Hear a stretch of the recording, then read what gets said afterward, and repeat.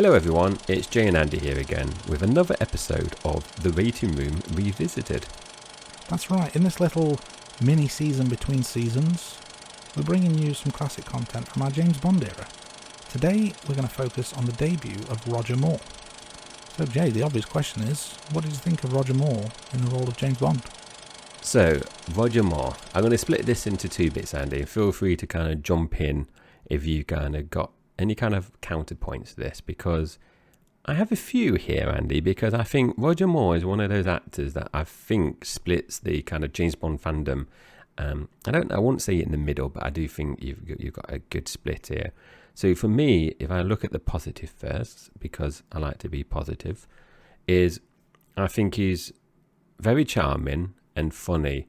And I think he's probably the most charming in terms of the light-hearted Bond that we have in the whole franchise. So, like we mentioned in the last 2 weeks about, Dr. No and On Her Majesty's Secret Service with Lazenby and Sean Connery, this is kind of I don't maybe say mini reboot, but Moore's version is very different from the other two actors. So, a slight direction. I see you've gone quite a big different direction there with the lightheartedness. Now, I think that's going to split audiences, because if you like your films a bit more lighthearted, prefer your Bond kind of more relaxed, I think you're going to like Roger Moore. But if you prefer your kind of gritty Bond, the one that kind of Connery established, and even going back to the book, you would say that is not a Roger Moore Bond in the book. And obviously, he is the longest running Bond, so he did keep the franchise going during the 70s and the early 80s as well, so you've got to give him credit for that. And he does have some iconic moments as well during his films. And I think we do say this a lot, or I remember saying it, Andy, when I think of Roger Moore, I think he's the one that you just think about skiing. So when I close my eyes, I just see him skiing down a slope, chasing the villain, or being chased by henchmen. So they're kind of like some of the most memorable moments. And I think one of the positive things about Roger Moore is the main villains that he goes against are very diverse as well. They're not samey. So I like the mixture there. What about you, Andy? Do you have any kind of positives before I kind of mention the negatives about Roger Moore? I think he was very sophisticated in the role. And I think there was a comedic element, which I think was positive, but maybe took it too far at times, but was generally pretty good. And the villains you mentioned and the skiing is interesting, because my first thought was boat chasers. Yeah, it seemed to have a lot of boat chasers, but you're right in terms of the diversity of villains. And I believe that ties in with the lack of Blofeld, or the lack of Spectre, for legal reasons which we've discussed in previous episodes. So it became less of a series against the same group of villains, but more standalone films against standalone villains, which I like the concept of that. The megalomaniacs, aren't they? They tend to be. Yeah, as a so general they're rule, their own like business, isn't it? Crazy millionaires.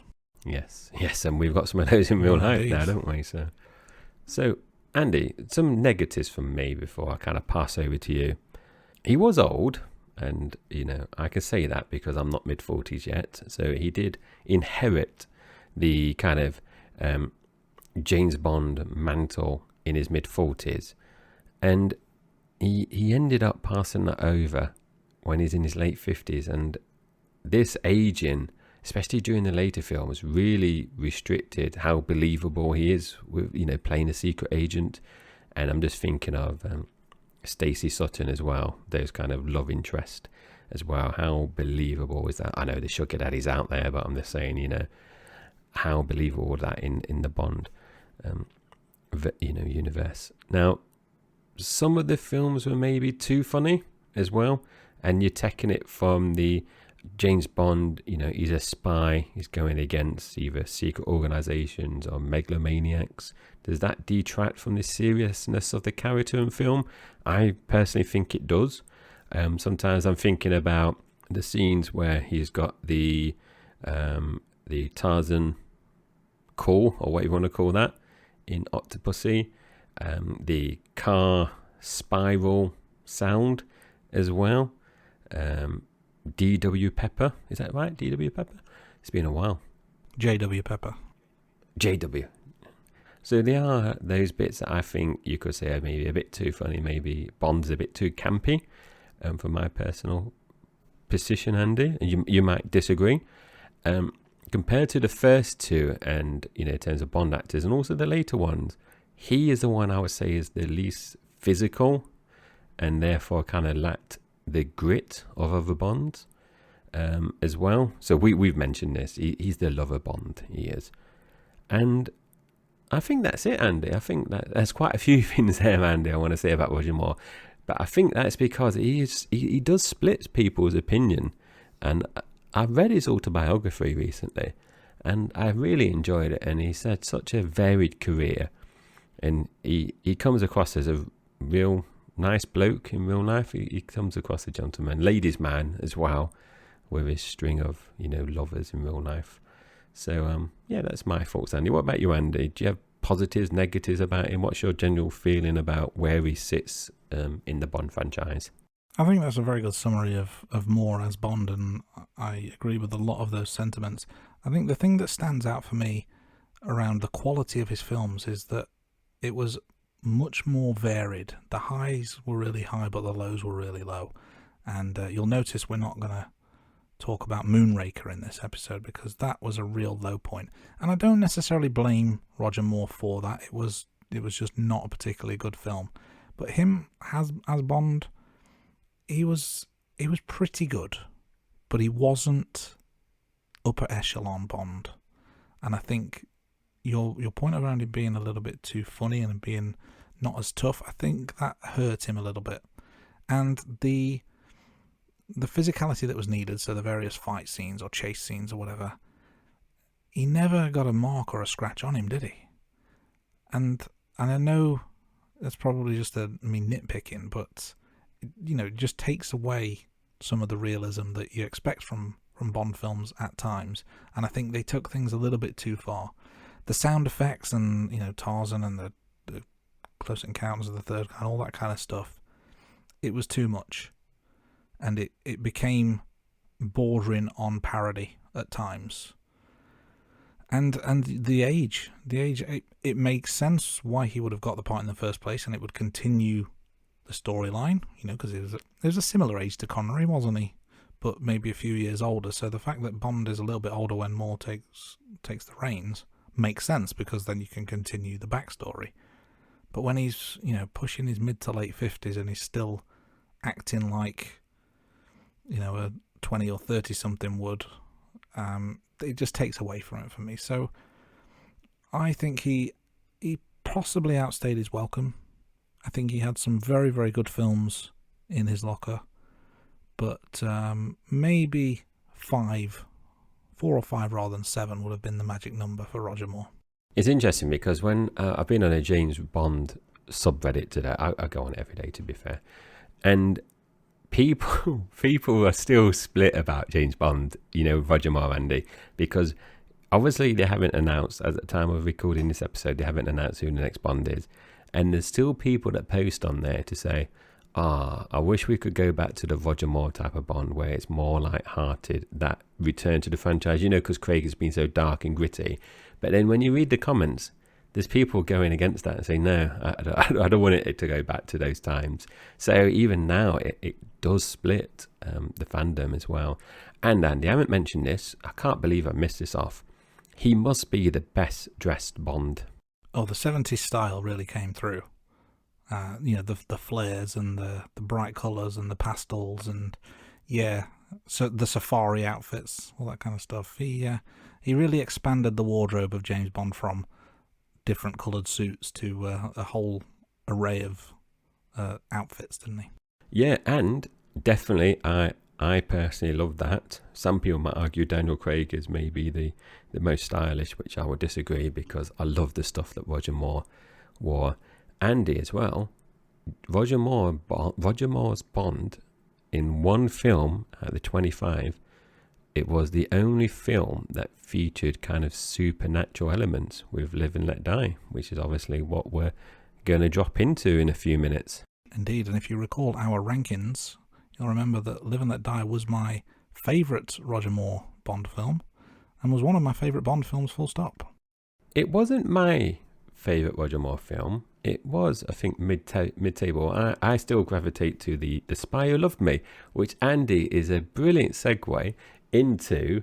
I've just recently bought the Spy Who Loved Me record on vinyl at a record fair last weekend. There you go. We can get away from Bond, but we never really get away from Bond, do we? No, that's my second James Bond vinyl that I've got. There you go. That's a collection started. That is, yeah. I do want to collect the other I'd James imagine Bond we'll be ones. hearing more about that soon on future episodes, social media. I'll look out for it, and listeners should too. Yeah, definitely. So, before we sign off, Andy, is there anything else you want to mention about Bond before we remind listeners of what we can expect over the next few weeks?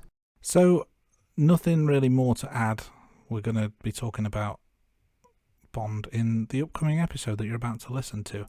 But in the next few weeks, we're going to have more of these revisited episodes as we plug the gap before season 3, I guess we're going to call it, begins.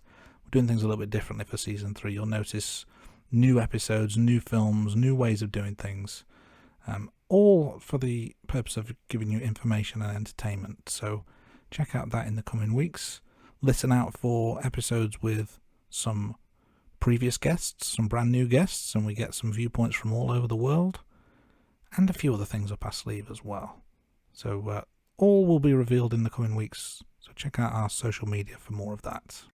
Yeah, you need to get excited about season 3, if we're calling it season 3. We've got so many good things like Andy mentioned. I'm really personally looking forward to it. So that's all to come. But right now, let's get back to season 1, episode 8 of The Rating Room. This is Live and Let Die.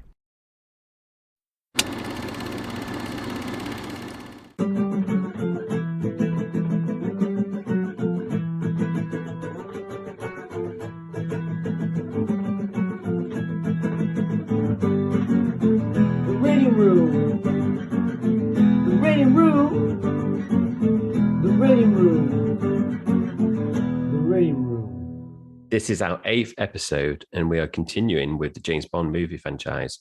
We are re-watching the movies in order and then rating and ranking each movie. So this is episode 8, Live and Let Die. So in this movie, James Bond is sent to New York City to investigate the mysterious deaths of several British agents. He senses there's a drugs link between the notorious Mr. Big and Dr. Kananga, who's an owner of a small Caribbean island. So Jay, what do you remember about the film before we rewatched it recently? Yeah, so I think this is obviously Moore's first Bond movie. So I remember that it was, Roger Moore appearing in Bond for the first time. I remembered Solitaire, lovely Bond girl. I remember that she was in it. And I recall that there was quite a big boat chase as well. But other than that, I couldn't really remember much about the film. How about you, Andy? So I remembered quite a bit from this. I remembered the kind of the funeral / parade scenes in New Orleans at the beginning. I remember there was a lot of voodoo elements throughout the film. I remembered the claw hand, the kind of metallic claw hand on Teehee. One of the villains, Baron Samedi, particularly the scene where he rises from the grave. That was a really cool intro. I remember the scene with the crocodiles where he kind of uses them as stepping stones. And I remember Sergeant J.W. Pepper. I'm not going to do the proper accent, but he's a bit of a hillbilly cop that we see in a couple of films, I believe.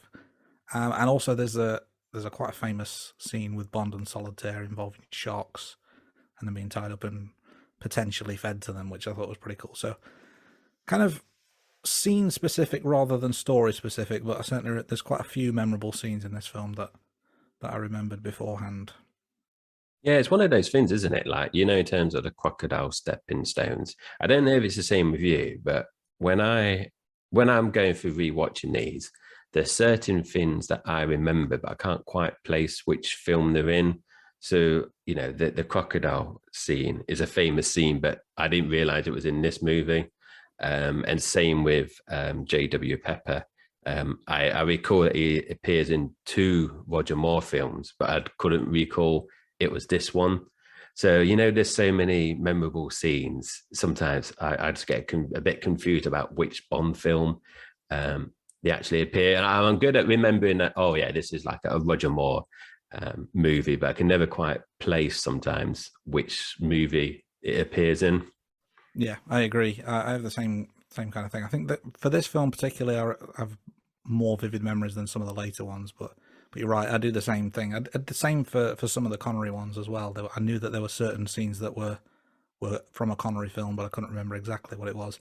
And it's funny you mentioned that. I was actually just going off on a bit of a tangent. My dad this morning spoke to me, and I told him, rewatched this recently, and he went, "Oh, is that the one with the car jump?" I was like, "No, it's not." So he had the same the same kind of memories. Like, oh, I know that was a Roger Moore one, but he has the same kind of memory where he knows the elements of Connery and the elements of Moore, but not necessarily which film is which. Yeah, and I know we're going to carry on in a minute, but I think as a kid, I think Roger Moore was the first Bond I saw on TV. I think he's the one as when I think of my childhood, is the one that is I associate more, even though he was 70s and 80s. Obviously, I was born in the early 80s. He's the one I think in terms of the first Bond movie. I can't remember exactly which Bond movie I watched first, but I think he must have been the first Bond. Yeah, I'm still more Connery. I remember Connery and I remember Moore, but Lazenby and Dalton not so much. Hmm. It's to be said, but in my head, before I kind of got into them properly and watched them all in order when I was a teenager, I didn't really know much about Lazenby or Dalton. Yeah. They were kind of the two kingpins. So let's continue on with our information gathering, and what we've got is a number of villains in this film. We've got Dr. Kananga, Mr. Big, we've got T.H. Johnson, and we've got Baron Samedi. Number of Bond girls in this: Solitaire, Rosie Carver, and Miss Caruso. And the theme song was by Paul McCartney and Wings, and the title "Live and Let Die" as per the film. Yeah, thanks, Andy. So, yeah, continuing on the bits that we're collecting every movie, we've got the opening credits. And in terms of the notes, so got down very good music, very upbeat and fast paced, Andy, compared to the previous entries. The intro was very colourful as well. And I know they do this with each of the films, and obviously this has voodoo elements, but the opening credits has that influence of voodoo ceremonies. And also black models appearing. And I don't know, this is the first time they've had black models or not in the intro. I can't quite remember. And then you've just got your usual female silhouettes and models. So carrying on, we've got body count. So James Bond kills only. We've got 8 in this movie, and we can see where that drops in our rankings later on. And in terms of gadgets, we've got the Rolex watch. So this is a combination one. So you've got the spinning blade and the magnetic aspect of the watch as well. Moore's got a bug detector, also a transmitter as well. And what I've got down, Andy, here is a gas/air pellet. So I don't know whether you class it as a gas or air. So I've classed it as both for that particular gadget. I'll go with gas/air because I'm not sure how you'd name that either. So for the purpose of this podcast, it is gas/air, which is very easy to say. So moving on to some other facts and figures, the introduction of James Bond. This was actually quite a while before we saw this in the film. It was 23 minutes and 10 seconds, which I believe is the longest it's taken so far when we have seen it. And we talked last week about when Connery came back to do Diamonds Are Forever, and he made the introduction very, very early on in the film, almost as if to remind the viewers that Bond is back and he is Bond. And they went with the other way with this in terms of Roger Moore, and that kind of surprised me, especially with this being his first outing as Bond. I thought they might get that in a little bit earlier just to cement the facts, but yeah, over 23 minutes, which was a little bit surprising. I had exactly the same thought, Andy, where I don't know how you do this, but I've got like a little pad and I pre-write certain things down that we're monitoring. And then, me and the missus basically, quickly pause it. And it was just going on. I thought maybe he doesn't say it because I thought, Jules Lazenby said it quite early. Like you said, Diamonds Are Forever. Connery says it's nearly straight away. So yeah, I was expecting Roger Moore to say it a lot earlier than the 23 minutes that you've just mentioned. Also, some of the other staples of the Bond franchise, Martini. No martinis for Roger Moore in this film. And there's no hats involved, either throwing or wearing. And I believe this is the first time that he's not wore a hat at any point in the film. So, Jay, what was your favourite scene from this film? Yeah, I put down Crocodile Farm, Andy. I like the boat chase. I thought that was good, but for me, the Crocodile Farm, I thought was really good. Um, it's quite a short scene actually when you think about it. You know, he gets there with T. Johnson and the other goons. He's taken on a little bridge that's wheeled out, and then he's there, and then you've got your mix of alligator and crocodiles. In throughout this movie, Roger Moore is very smooth and calm, and I think this is the only time that you see him a bit flustered, really. So I did enjoy that, and obviously we're going to touch on it later on. But you know, the stunt where he jumps over the crocodiles, I thought was really enjoyable. And we got some some more information about that later on. How about you? So I went for the boat chase. The Crocodile Farm scene is very, very good. There's a number of really good scenes in this, but for me, the boat chase just edged it. It's a little bit long when we think about other chases of cars or other vehicles in previous films, but this it seemed to work, and the different elements of it I thought kind of bled together very, very well. Particularly liked the part where they crashed the wedding. That gave me a little chuckle. But yeah, the whole boat chase thing was kind of the thing I enjoyed the most. So, how many times did you reach for your phone? I only reached for my phone once, and it was something to do with Roger Moore. Something happened in the movie, I can't remember what, and I ended up Googling it. But apart from that, you know, I enjoyed the film, so it did keep my attention. So, yeah, just the once. Disappointing, but it was once, and I had to be truthful. How about you, mate? I didn't at all. I think this will be reflected in the rating in a moment, but I was really into this. It was very, very enjoyable film, and just kind of sat back and watched it. I mean, I took my usual notes, but I found myself at times thinking, "Oh, I've not taken notes for ages," because I was engrossed. It kind of really sucked me in. So didn't need the phone for a good 2 hours at least. That's good going. So, all important rating out of 10. Jay, what did you go with? Yeah, so this, you know, I think this surprised you, Andy. So I've given Live and Let Die 6 out of 10. So we're obviously going to go into more in-depth analysis later on when we do our rankings. But yeah, the rating I gave was 6 out of 10. Enjoyable film, but you know, we can talk about the rankings a bit later on. How about you? So this is where our synergy is broken, and I went for 8 out of 10. Really, really enjoyed this, and I was surprised that we were so different, because I mean, you've generally been a little bit more generous with your marks than I have over the past 7 films. But this for me was a fantastic opening film for Moore. So straight away 8 out of 10. That's what we think. How does your better half think? Yeah, so the missus, she enjoyed this one. She said it was better than the recent films. She also liked Roger Moore, so she didn't think he was as sexist as Connery, as cold as Connery. So she really liked the stylish. And what she said was that Bond in this movie, and you know, going on probably for the other Roger Moore films, that Bond came across as more of a British gentleman than a spy. So I think when you think about Connery, I think you think he's more of a killer, whereas Bond, he as you know, Moore's version of Bond is more like a lover. He's obviously, you know, a gentleman and a spy, but you know, that was her view. And like I said, she said, you know, it was very stylish. And you know, when I was making notes on this, I just kept writing down that, you know, what Roger Moore was wearing was really stylish. and he just looked smooth and came across. And that was the missus' opinion as well. She enjoyed the film. She the last few films she hasn't really enjoyed. And I can't remember if I think it was the last one I said where she was like nodding off, but this one she really enjoyed it. So yeah, I bet you the wife's still not partaking.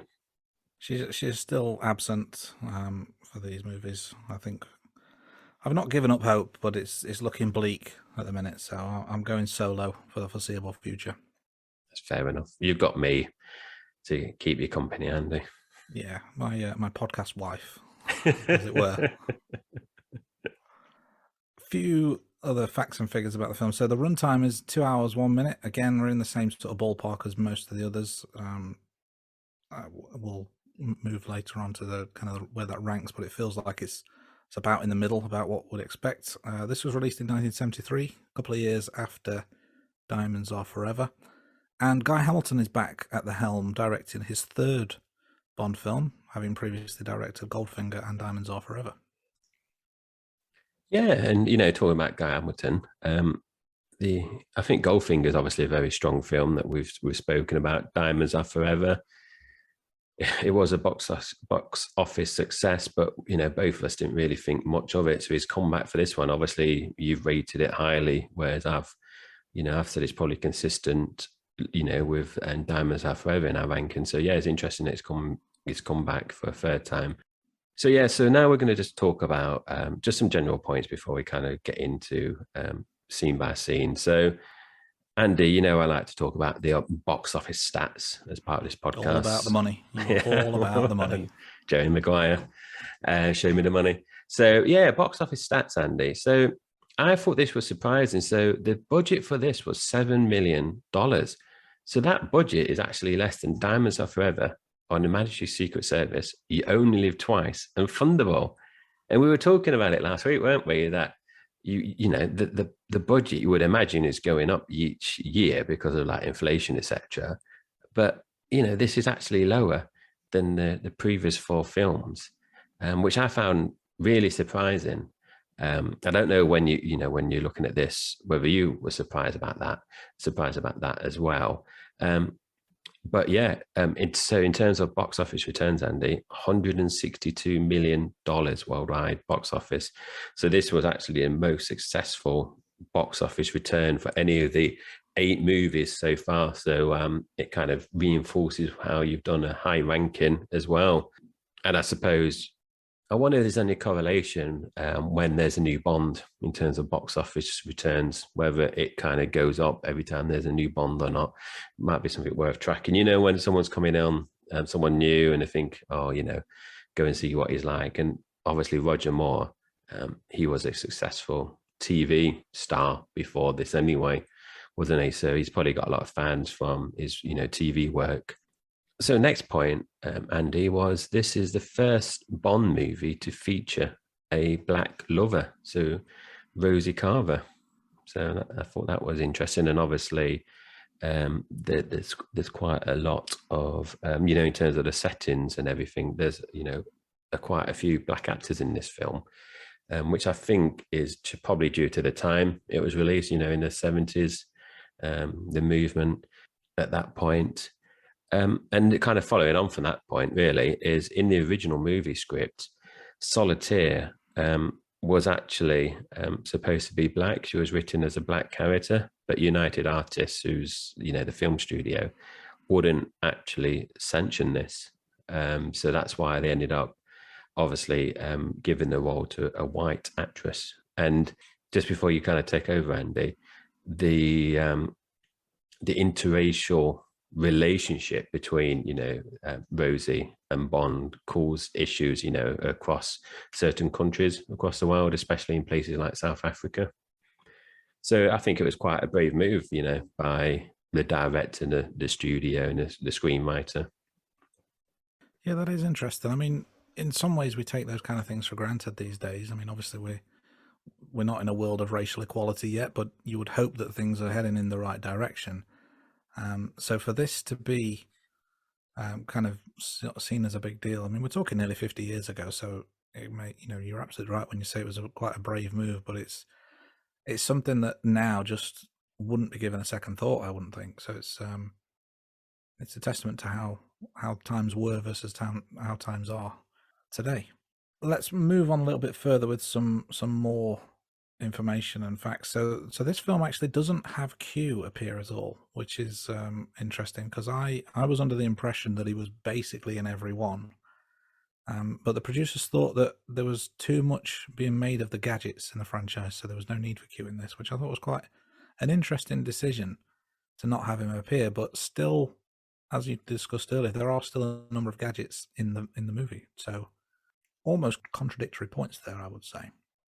So Solitaire has tarot cards, and I noticed this a couple of times in the film, and I think this is quite a nice little Easter egg.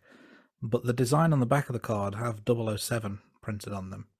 So it's, on first glance, you would just see it look like any pack of tarot cards or any type of card. But as you look closely, you see the 007 logo kind of etched into the design, which I thought was quite a nice little touch. And the High Priestess was deliberately designed to resemble Jane Seymour, which I must admit I didn't particularly pay attention to, but that's a good find there, Jay. Final point from me on this is director Guy Hamilton liked the running over alligator stunt so much that he named the villain after the stuntman who performed it, Ross Kananga, who actually owned the alligator farm where the scene was filmed. That's a nice touch there. And I must admit, when I was reading through the notes and I saw a little bit later on where we talk about Ross Kananga, I did wonder whether you'd made a typo, but this obviously, kind of explains that. And I was thinking, has he made a mistake here? Kananga's not the stuntman; he's the villain. Turns out he's both. So that's a nice touch there. Did you fact check my fact, Andy? I did not. I saw that comment. I didn't obviously read the notes in order. I saw the later note first, and then as I scrolled back, I noticed that one. I was like, oh, okay, that explains it. But I trust your research. Thank you. There's no fake news on this podcast, is there, Andy? Only my quiz. Well, I mean, that's more than fake news. That's an absolute travesty. But we'll move on to that later on. So we mentioned in a previous episode that Lois Maxwell had asked for a pay rise to continue in the Bond franchise. So she obviously returned for Live and Let Die, but it turned out, Andy, that she returned for the same fee. They wouldn't actually give her a pay rise, but it did work out for her, because the scene that she was in at the beginning, with Bond's house, there was actually some technical problems. So she had to do filming for an extra 2 days, so it meant actually she did get a pay rise in the end, in a roundabout way. So it worked out well for Miss Moneypenny. Hope she got time and a half for those. Yeah, maybe more. I don't know. She got what she wanted. So she apparently bought some kind of new coat to celebrate her her extra bit of salary.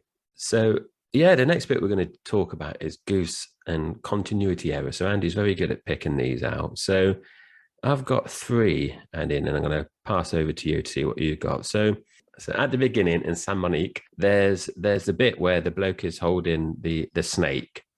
And I don't know if you picked this up. I think it was so obvious, where in the bits where the cameraman is behind the actor, the hand is actually on the snake's head pretty much, or near it. But then when the shots are taken in front of the actor, so you could see the bloke holding a snake, it's just obviously it's lower down the body's neck, snake's neck.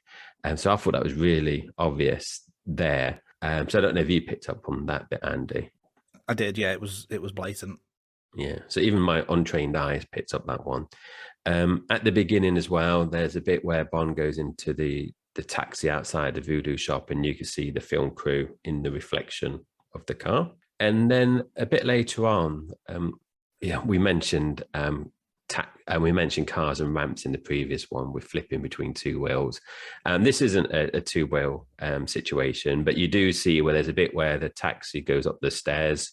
But as it's doing it, you can actually see the ramp that they've made, where the taxi goes up and actually crashes into some bins, trash cans. As well. So they're the 3 that I kind of noticed. What about you? So there was a a bit later on where there's a female pilot. She stops the plane. Bond's talking to her, and you can see that the wings behind her are still intact. But earlier in the scene, they were ripped off in the plane chase. So obviously a bit of a, I don't know if that's just a continuity issue or whether they're just because they filmed those scenes out of order or edited them out of order. But that was a pretty big boo boo. There's one where T.H. Johnson leaves Bond on the island in the pond. The first crocodile that climbs up changes between alligator and crocodile between shots. I must admit I didn't notice that myself. I think this is one of your finds, so well done on that. But for any animal lovers out there, I'm sure you would have noticed the difference between alligator and crocodiles. This one I found, and it's a little bit of a nitpicking one, but it's one that I was kind of looking for because I'm strange like that and I look for errors. But Bond and Solitaire are in bed together. Bond's wearing his watch, and it's around 10:10. And then they're having a little chat, and there's a couple of different camera angles used, and then seconds later his watch says it's around 1:30. So I'm assuming that's because of the length of time it took to film that scene, but obviously in terms of continuity that's an error if you spot those sort of things. And the final one from me is around the car chase scene. So there's 4 police cars that crash at one time. And in the 4th car, you can clearly see that the driver's wearing a crash helmet. There was no attempt to kind of cover that up or hide that. So he's clearly a stunt driver, not a real policeman. Safety first, Andy. And also when you mentioned about Bond and Solitaire in bed, I was surprised you picked that up, Andy, if I'm honest, because you're usually looking for nipple plasters or something when Bond is in bed with a Bond girl. So I was surprised you picked that one up. I have no comment. I'm not saying that you're wrong, though. Okay, so that's all the Goose and continuity ones that we kind of just wanted to highlight. So we're into the film now, Andy. So the famous gun barrel sequence. So this shot actually, the change. So we're obviously on to the 8th episode, and this is the 4th time that they've changed the gun barrel sequence. And also, this is the only time that this introduction gun barrel introduction sequence is used in this film. And then the next one, The Man with the Golden Gun. So they changed it again after 2 films of Roger Moore. Yeah, that is interesting. And also, Roger Moore's wearing a business suit and he uses both hands. So when we think of the previous gun barrel sequence, the actors tend to hold the gun in their right hand and then shoot just with their right hand. But in this one, Moore shoots with the right hand, but uses his left to kind of support the gun, holding arm. So he's kind of using both. And also, this is the first time where the sequence has Bond without a hat, which I must say I didn't pay attention to that. I obviously noticed that there was no hat, but I assumed that they'd have changed that earlier for Connery or Lazenby, but clearly not. So I need to look out for things other than nipples, I guess, because I'm missing out on these important details. Yeah, and we're obviously doing the hat watch, and I thought that was interesting that this is the first gun barrel sequence where he's not wearing a hat. And obviously, we've said a few times, or I don't know if it's just me, Andy, because I got a fascination about hats.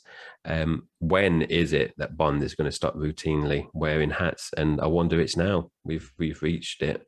We're just going to have to check the next few films to see if that's it then. And now when we do our little hat watch, it's just always going to be a no. But yeah, so that's definitely the switch.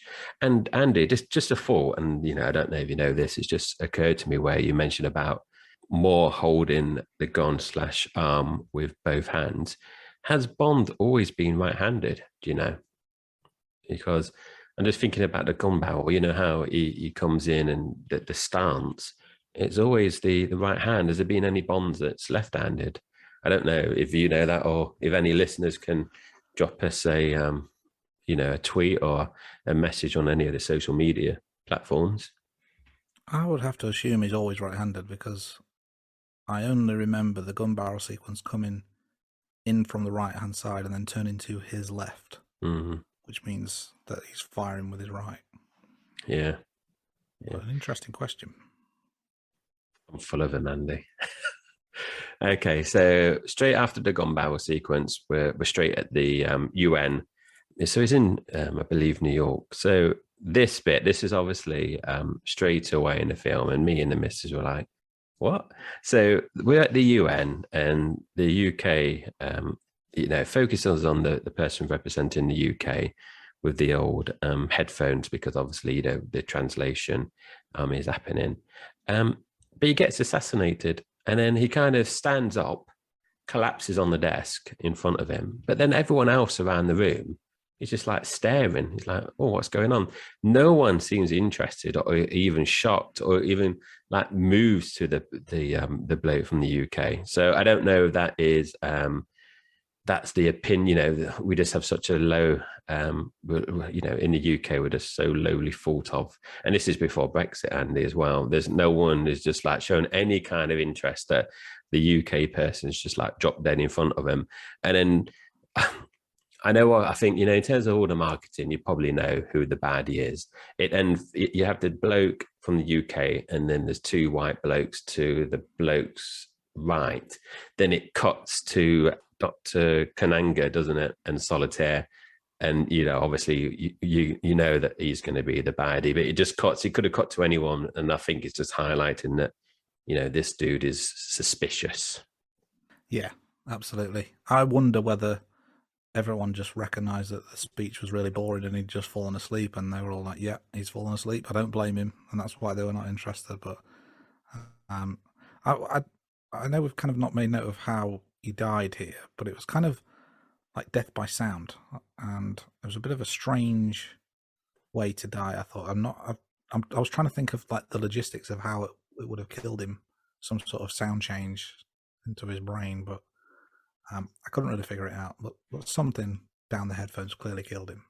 I was thinking of going to say some witty comment about some kind of band, but I don't want to alienate any of our listeners by saying a particular type of band. But it was a bit weird because in the translation room, you obviously just see a hand, and the it's a bloke's hand, change the cables, doesn't he? And then does the thing. But I wonder if it's something like high frequency or something. But yeah, must be. But it's probably a mystery to me and you and maybe no one else. Everyone probably knows, but for me, I couldn't really explain it. But from the UN, kind of just before we get inside, I thought the aerial shot as they showed the building was very shaky camera work, clearly done from a helicopter of some sort, but the camera work was quite shaky beforehand. But swiftly from New York, we're on to New Orleans, and we have a funeral procession coming through the streets, and we see the MI6 agent kind of leaning against a post, looking on as the funeral procession and the brass band goes by. It's a lot of effort to kill him, though, isn't it? I mean, he's leaning there, he's watching this procession, and the guy comes up to him, and he asks him the question, "Whose funeral is this?" And he says, "Yours," and stabs him. Down he goes. The carriers of the coffin walk over to him. They drop the coffin on his body, and then when they lift the coffin up, he's gone. And then it turns into a jazz brass band, which is the Olympia Brass Band, which is an American band from New Orleans. Happy music, and away they go. Very memorable scene. A lot of effort to kill an agent, or at least hide the body. But certainly one of the ones I remembered as kind of one of those iconic scenes that live in the memory. Yeah, I definitely agree with you, Andy, there. I know it's just, I know, we talk about convoluted methods of killing or trying to assassinate people. We talked about Mr. Wint and Mr. Kidd in the previous movie. But, these are obviously all hide the bad, the baddie, the villains. Now, from my point of view, I'm thinking you could hire an assassin and, it'd be one cost. But now this bloke has to fork out on all the procession, funeral procession, paying for each of the people, that's done all the, the music and everything. It just adds up in terms of the cost. Yeah. So Andy, in terms of the brass band, interesting fact that the assassin is actually a member of the brass band, Alvin Alcorn. So I thought that was a nice little nod there. And the brass band plays two pieces of music. So you've got the bit, the bit at the beginning that's a lot more down and sad, and that is actually called Just a Closer Walk with Thee. And then the bit where you said, and the music kind of then picks up, and then they drop the coffin, and it's a bit more happier. Is Joe Avery's piece, also known as the New Second Line. So I thought that was a nice nod to actually have a quite famous American jazz band in the movie. Yeah, it's a good touch, and a good touch about the assassin having that as part of the band ties it together nicely. We swiftly move on to San Monique and another agent being killed. We've got some sort of tribal ceremony and sacrifice, and this is the snake scene that we referred to earlier.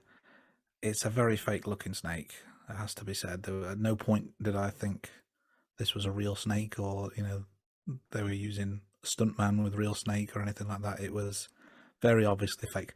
And as someone who's not a fan of snakes, I didn't mind that at all. But it's obvious. Yeah, it was definitely, it looked really rubbery, is what I put it down. Yeah, so Andy, this is one of the few Bond movies that doesn't feature James Bond in the initial sequence. I would say, do you know what the other one is? But, we've talked about this before, so I won't. But any listeners out there, there's been one other one so far, and it was From Russia with Love. And that is the one where you see Red Grant in the grounds of a mansion, and then you see someone impersonating Bond.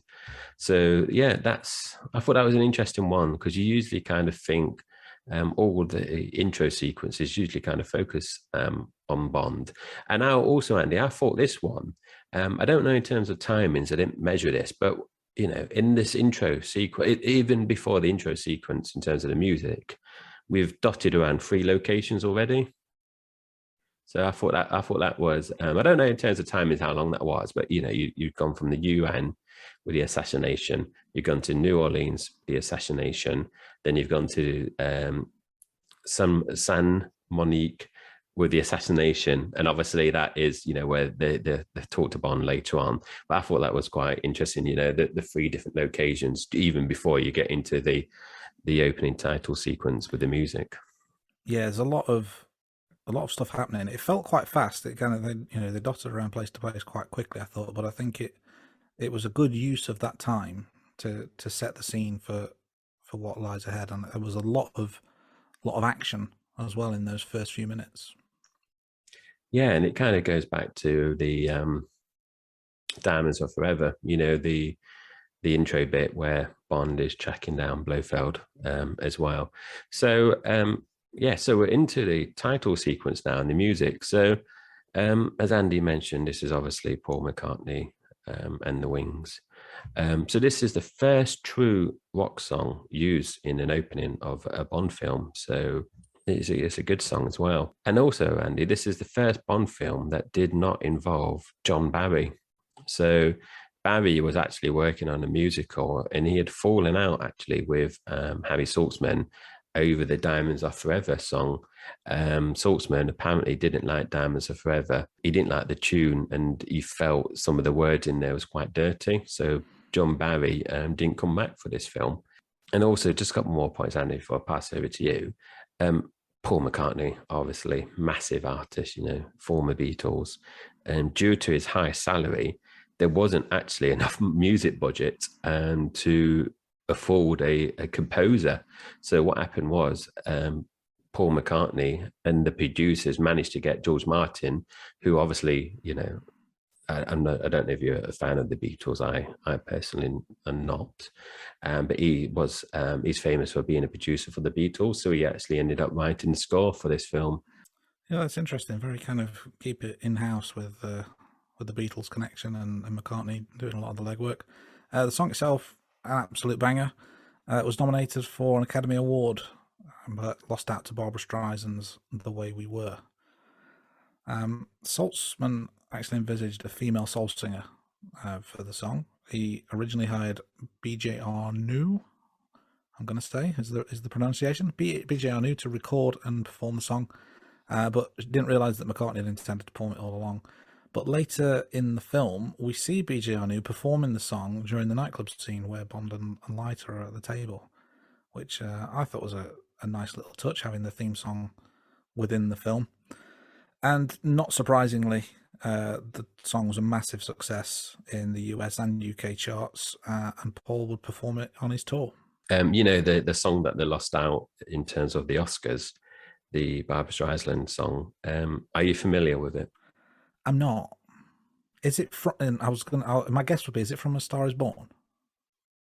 I don't know.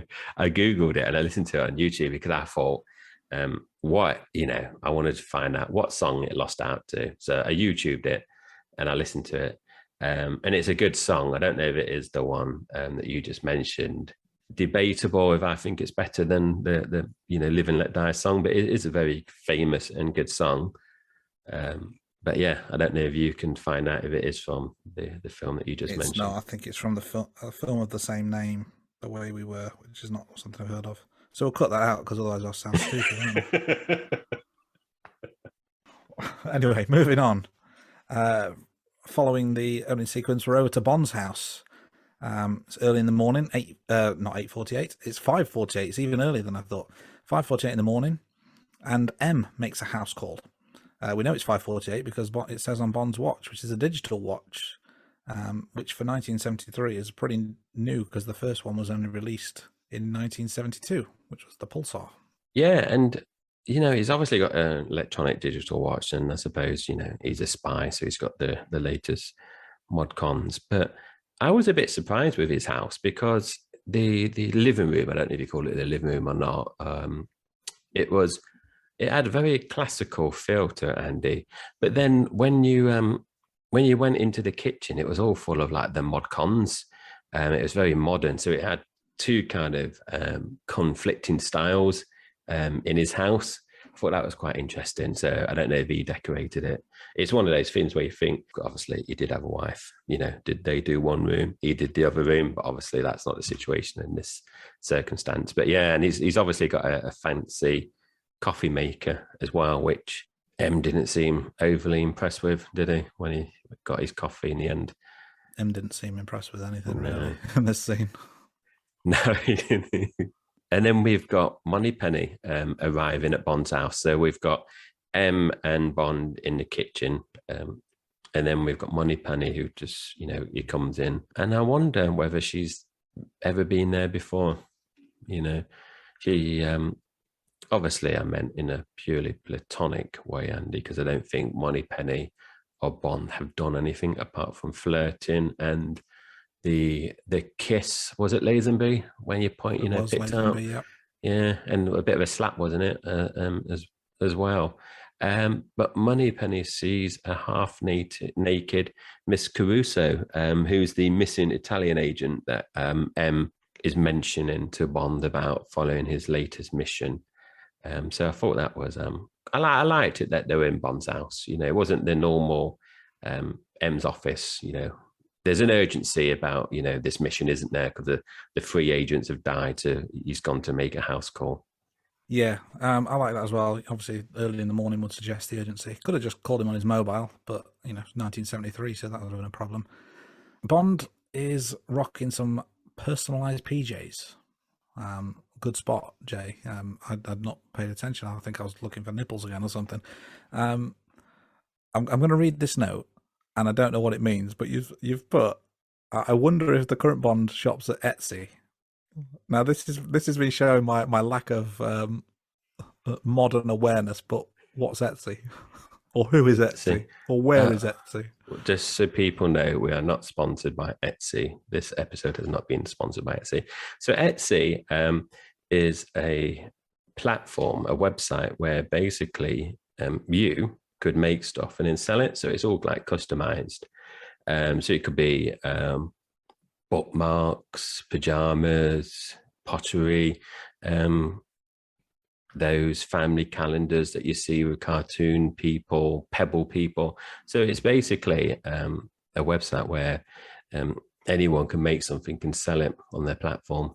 So when I made that note, I just wondered whether Bond was basically, if it was a current Bond like Daniel Craig, is he on Etsy doing his personalized Jim Jams? Because obviously you can't just rock up to M&S and just, look through all those ones. So you have to personalize it somehow. So, was my comment. And it's funny because the day before I was on Etsy looking for something. And I think that's why I made a comment.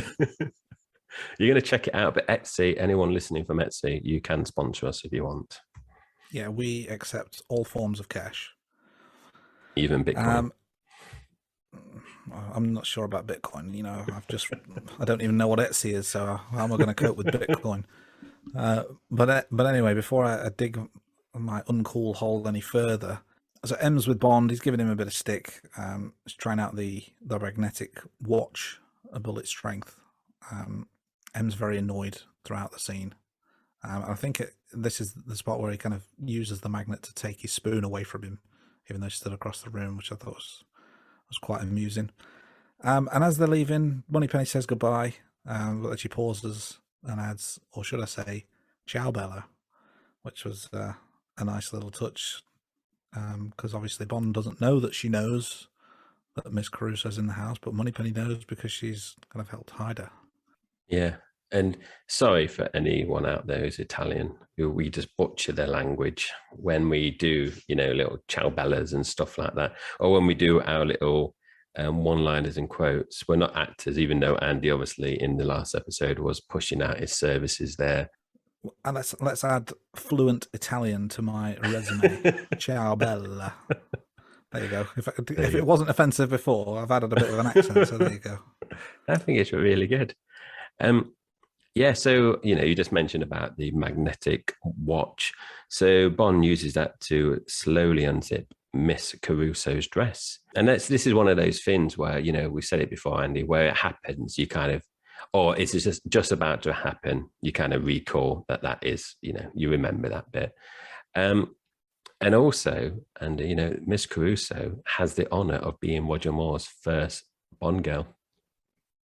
I think that's a big honor. We're just in the movie, and we've got Bond girl number 1 for Roger Moore. An interesting fact as well that Miss Caruso is played by Madeline Smith, and Madeline Smith and Roger Moore actually appear together on the TV show The Persuaders, and was recommended by Roger Moore for this role. Andy, I don't know if you've seen The Persuaders. I've seen the odd episode because my dad just watches stuff on UK Gold all the time. So whenever I've gone around there, or when I was growing up, leaving, before going off to uni and stuff like that, he used to always he still does have UK Gold on. And I remember things like The Saint, The Persuaders and all that. So I don't know. Obviously, it's before both our times, but I don't know if you're familiar with The Persuaders. I know of The Persuaders. My dad was big into The Saint as well. Not so much The Persuaders, I don't think, but yeah, like your dad, mine's always watching the old UK Gold channel. Usually, Only Fools and Horses is his go-to, but no link to the Bond movie as far as we're aware. And talking about old shows and fathers, Andy, my dad this year wanted box sets of Thunderbirds, Joe 90, Captain Scarlet. So I was looking around, and because they're obviously old shows, it took me a bit of time to find them DVD box sets, and they're not cheap either, because they're so old. So yes, it was a bit frustrating. But that's I wonder, when we both get older, we're lucky enough to get older. Will we be watching programs that we watched when we were younger, and our kids will be like thinking what we think? Like, why aren't you watching more modern programs? Are we going to be stuck in that cycle? Because I think, when I'm listening to certain music, I listen to modern music, but there's days where I will listen to music that I listened to when I was a teenager, and then I think, I wonder if I'm going to be the same with TV programs, watching programs with like dodgy CGI and bits like that in the future, when there's going to be loads more advanced films. That is interesting. So I am the opposite. I don't listen to much modern music at all. I think I've listened to one album that was released this calendar year. Um, I'm not with it. But from a TV perspective, it's interesting you say that. We touched on briefly that I'm a big pro wrestling fan, and I'm currently going through old episodes of Monday Night Raw from the mid to late '90s, kind of in order, just to see what happened back in the heyday. So that's a good trip down memory lane. I think at the moment I'm about 25 years behind where we are today. So I've kind of already begun that journey, just in a very niche market. And you're younger than me, and you. I am. Let's get back to the film and Miss Caruso.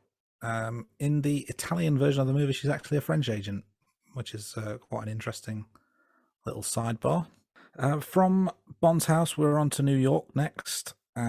We get the initial pickup after his arrival. He's looking the part. Is more. He's very sophisticated, very smart.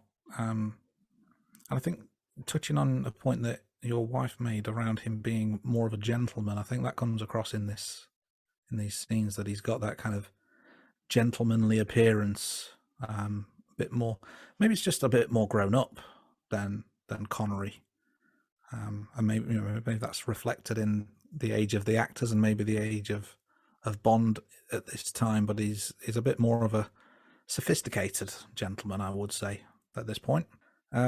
We also get to see Felix Leiter, who's appeared in several films now, and yet again, it's a different actor. This time around, it's David Hedison who takes on the part. Interesting fact about Hedison, that him and Jeffrey Wright are the only actors to play Leiter more than once. So we know we're going to see Hedison later on in the series, but up to this point, every appearance of Felix Leiter has been played by a different actor. Yeah, that's interesting because I didn't realize that David Hedison played Felix in this movie. I remember him from the later movie. I do. So I didn't realize he was in this earlier movie.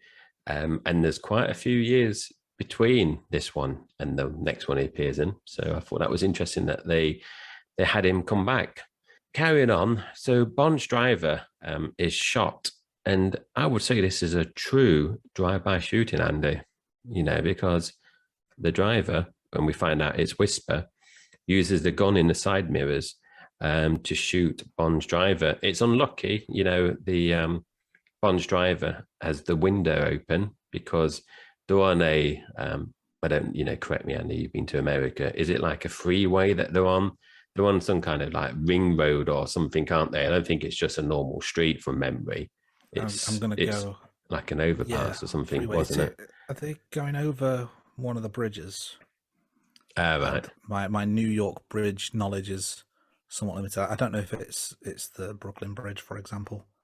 Could be wrong on that, but yeah, I think it's freeway leading to the bridge. Just just because I'm a bit anal, I never have my windows open on motorways or ring roads because of the speed that you're traveling at. The air resistance coming through the window makes you use more petrol/diesel. So I always keep my windows closed.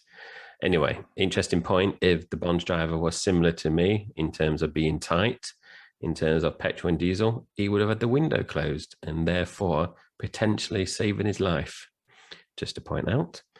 So we see later on, not too much later, we see Bond locating the car that Whisper's been driving. And then you see him, Bond, examining the side mirror. And I thought, why? Because Bond didn't see Whisper using the side mirror to shoot the driver. So why is he kind of gravitating to that side mirror? How did he know that the gun? Because, as far as Bond knew, because he was obviously looking around, but Whisper could have just shot, just had his arm, across the, inside of his car to shoot him.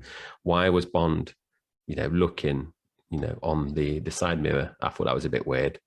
Yeah, it's an interesting one, that, because he didn't even notice that he'd been shot straight away, did he? So he definitely couldn't have seen the shot, or even indeed where it originated from. So maybe it's just a lucky guess on his part.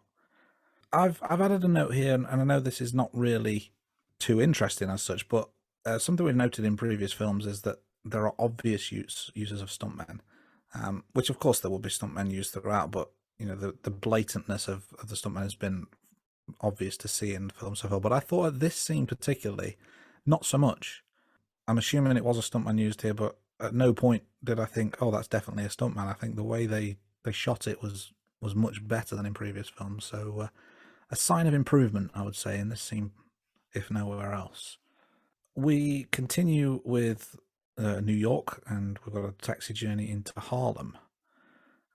Bond's picked up by a taxi driver, and they made some comment around what I'd do for $20, and the taxi driver, who's a black guy, actually says to Bond, for $20, it'd take him to a Ku Klux Klan cookout, which was a funny little line, I thought.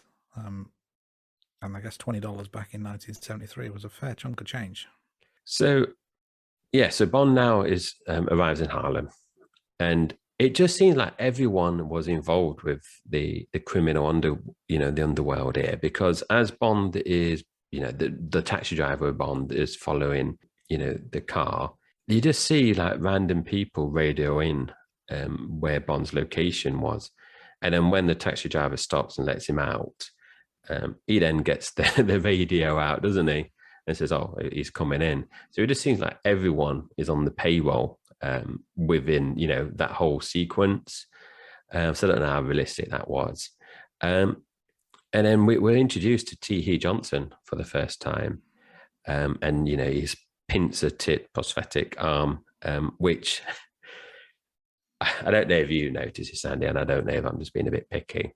But, if you put the arms out together, that one is just blatantly so long. And it looked like, I don't know, this is how they did it. He's basically holding the pincer bit, the actor. It just looks so obvious that it's too long. It's not like, in this, he obviously says later on that he lost his arm. I think crocodile, alligator bit it off. But it just looks like basically the pincer is added to his hand, so that it's just too long, is what I noticed pretty much straight away. Yeah, I agree. It's almost like he's wearing a big metal glove, rather than a fake arm. Yeah. So in this scene, we've got a couple of henchmen that are kind of escorting Bond to his imminent doom, I believe. So he needs to get rid of them, and he does very, very easily. I thought as they're kind of walking through some of the back streets, he pulls a ladder down from kind of a fire exit. One of the guys bumps into that and he's out cold, and then Bond comes around with a pretty weak looking kick, it has to be said, and the henchmen are down and they stay down. I thought it was just very, very weak on their behalf that they would go down so easily. Moving on, let's keep the story rolling. We're off to San Monique next. Bond goes to check into his hotel room, and Mrs. Bond has changed his room on his behalf, and the receptionist says, Mrs. Bond has been expecting you, which I wonder whether that was a subtle callback to Blofeld and the "We've been expecting you, Mr. Bond" line from previous films. That was just a nice little touch there. Yeah, I didn't pick that point up, Andy. I picked up that it was obviously Mrs. Bond, but yeah, I didn't pick up any kind of potential relationship that you kind of picked up there in terms of Blofeld. So we see, a little bit later on, Bond is having a nice bath and shave. I don't know, this is the first time we see Bond having a bath, Andy, but that whole sequence, that scene is just, it just seems to be Bond is more, he's stylish and he's looking after himself. But we see someone release a snake through a hatch. But, Bond doesn't he doesn't find the snake for a little while. So we then got Whisper comes into the room. Bond's having a bath and he obviously gets out, and Whisper's dropping off the drink, and then he leaves. And I don't know if this is a continuity error or not, and I put it on the notes. I don't know if you noticed this, and it might be completely wrong, but when Whisper's in the living room, or the main room of the hotel, Bond is in there and he obviously signs off to the receipt to say he's got the drink. Then he returns to the bathroom, but I didn't notice Bond turning off the light in the main room. But then we see Bond then killing the snake, and then he returns to the living room, the main room, and the lights are off, because then you start seeing like the hand and gun come through the door.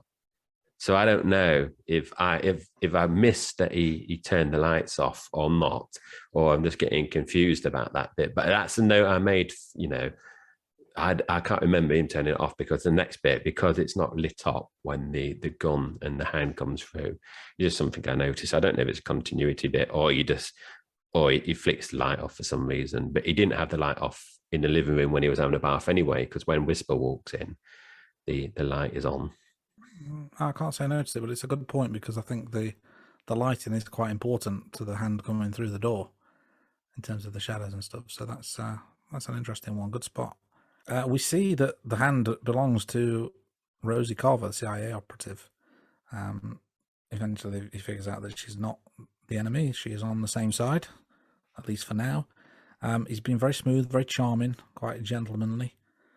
Later on, we see Bond in a change of clothes, and not only does he rock the denim, but he also goes double denim at one point, which is a very big departure from Connery's portrayal of Bond, which I don't think had any denim at all. Was always kind of much more smartly dressed, but maybe this is just a sign of the times, more of a 70s look for Roger Moore. And later on, Bond and Rosie, they're off to find the location of where the agent was murdered so they can investigate. Bond gets again a bit suspicious. They stop for a bit, and he pulls a gun out on her and says something about not killing her before the deed. She makes a getaway, and she's shot by one of the scarecrows, which seem to have, I think, is it cameras for eyes, and then obviously some sort of firing mechanism as well. Yeah, that's. I thought that was quite good. I don't know what your opinion of Rosie is, Andy, and I don't know if you want to touch on this a bit later on when we do the rankings, but I don't think she was a strong Bond girl personally. And I don't know if she, because obviously you find out that she's working for Mr. Big slash Mr. Dr. Kananga, but she comes across as in that initial bit quite ditzy and scared, but I don't know, like a bit fumbling. So I don't know if all that was a bit of an act to try to get Bond to lower his guard or not. Because then you obviously find out that bit that you just mentioned that she's actually working for the bad guys. So I don't know, what your view of was. Ditzy is the first word that comes to mind. It's good that you said that because that's exactly my thought about her. And I guess we don't really get to find out whether it is an act or not. And I guess there's arguments that it could be either way. But yeah, she doesn't seem particularly strong-willed or strong-minded. But I guess if you're wanting to get onto Bond's good side, acting a bit ditzy and needing a strong man to put his arms around you is probably the best way to act. So maybe she's a genius. Maybe. But obviously Tracy was very strong-minded, wasn't she? And she was lucky to become Bond's wife. Short-lived, obviously. So carrying on, we see Bond and Quarrel Jr. So you see Bond on a hang glider, Andy, and he's being pulled by Quarrel's boat. You've to a couple of points there. He's just like the smoothness as well because he's being pulled with the hang glider by the boat. And he's just enjoying a cigar, just up there as well. And this isn't actually stated in the film, but as part of the research that we did, Quarrel Jr. Is supposed to be the son of Quarrel from Doctor No. So I thought that was a nice little link. Because obviously this is set in and around the Caribbean, so Jamaica as well as San Monique. So yeah, I thought that was interesting. And in terms of stylish, we see Bond and me and the missus both commented on this straight away. So Bond lands on the island, he knocks out the goon, and then he does the reversible suit. So very practical. He's always got to look the part, hasn't he? A lot of other kind of spy movies, the main person wouldn't be bothered about reversing his suit jacket, would he? He just kind of just get on with the mission. But Bond, just flips it straight away, and then kind of proceeds into the building. Yeah, it's good if you need to get a disguise and a quick getaway. Just turn your jacket inside out. You're a new person practically. That was a nice little touch. We see that Bond meets Solitaire. They have a little bit of a back and forth over the tarot deck, and there's the card, the Lovers, drawn, which clearly makes Solitaire think that Bond is the man for her. And I think there's a bit earlier in the film where she calls it on her own before Bond arrives, and then she picks the card again, and it's the Lovers again. So clearly that's a sign. And then we find out that actually it was rigged, and every card is the same. So Bond's manipulated her with the tarot deck. Bond and Solitaire do what Bond does, and it turns out that Solitaire is actually a virgin. So Bond has the honour of taking her honour, in a way. I don't know if there's no more graceful way of saying that. But yeah, it turns out she was saving herself for Kananga, or at least Kananga's expecting her to save herself for him, because I think there's a reference that later on to how her mother saved herself for Kananga or treated him. So that was quite disturbing in a way. I think it was a bit. I felt like that detail was a little bit unnecessary. But one thing that I think you noted, and I totally agree with, is that Moore is more tender, gentle with the ladies than Connery was as Bond. He's he's clearly still a womanizer, and he's still getting plenty of action, but he seems to be a little bit more respectful as Bond than Connery was. Yeah, he's definitely more tender, respectful. I don't know, Andy, because he's just rigged the card deck. Yeah. I think he's still Bond. Word. Yeah. And I wonder, because he's maybe he's refined his technique a little bit. Because and obviously, when he reveals the deck and it's rigged, I wonder whether he just had to buy tons of cards then to take out the Lovers one and then put them all in one deck, or can you just buy a deck just full of Lovers? Can you just imagine Bond after he just slept with Rosie? Because he goes to the card shop then, doesn't he, at the hotel room? And then he just says, oh, I would need to buy 200 cards. And he just sat there on the deck or something, just picking out, I need that one, and that one, just to do this plan. Just in the gift shop. Yeah, and in his suitcase, he's got all the other cards filled up to take back as a souvenir. Carrying on. Actually, another point, Andy. Kananga had a lot of restraint, didn't he? Because he was obviously expecting to be her first. Solitaire is a very good-looking lady, so he's done well to resist, hasn't he? There, for I don't know how many years Solitaire's been working for him, but yeah, definitely. So carrying on, so we've got Bond and Solitaire are escaping. But another point, so this is the same with Harlem. Everyone on the island seems to be working for Kananga. So everyone's just involved with this. The bit, before he's obviously escaping where Solitaire was, going through the fields with all the, the plants and everything. And then, he's going to find a vehicle to get away. And you just got like the police are there radioing. And you just got everyone just seems to be working for Kananga.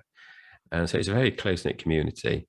And I quite like this as well with Bond driving a double-decker bus. I don't recall him driving a double-decker bus before this film, and he's chased by the henchmen and goons.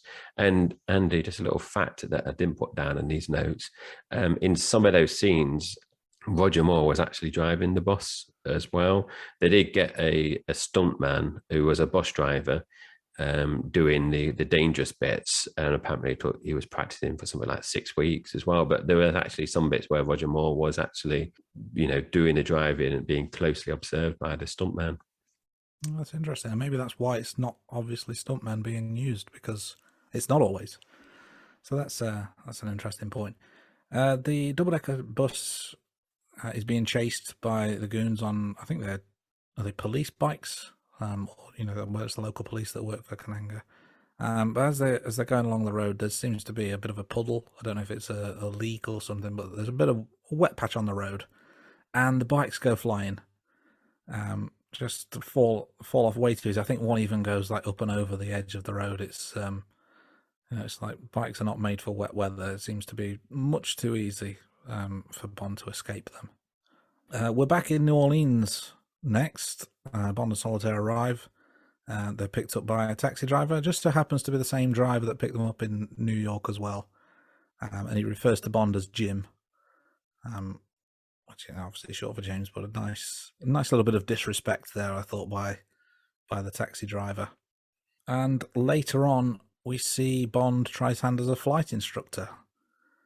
There's a flight school at the airport, and Bond nips in, and there's a female student, I guess, for lack of a better term, that he's having waiting for her lesson. And there's a bit of a chase round at the airport in the plane, with Kananga's goons in hot pursuit. Yeah, I like this bit, Andy. I did, because we obviously mentioned in the previous film we got the moon buggy chase, and I definitely thought this was a marked improvement with the plane and the car chase. It's obviously not it's not long. It doesn't cover vast amount of distance. It's basically just going around the airfield, the air hangar, isn't it?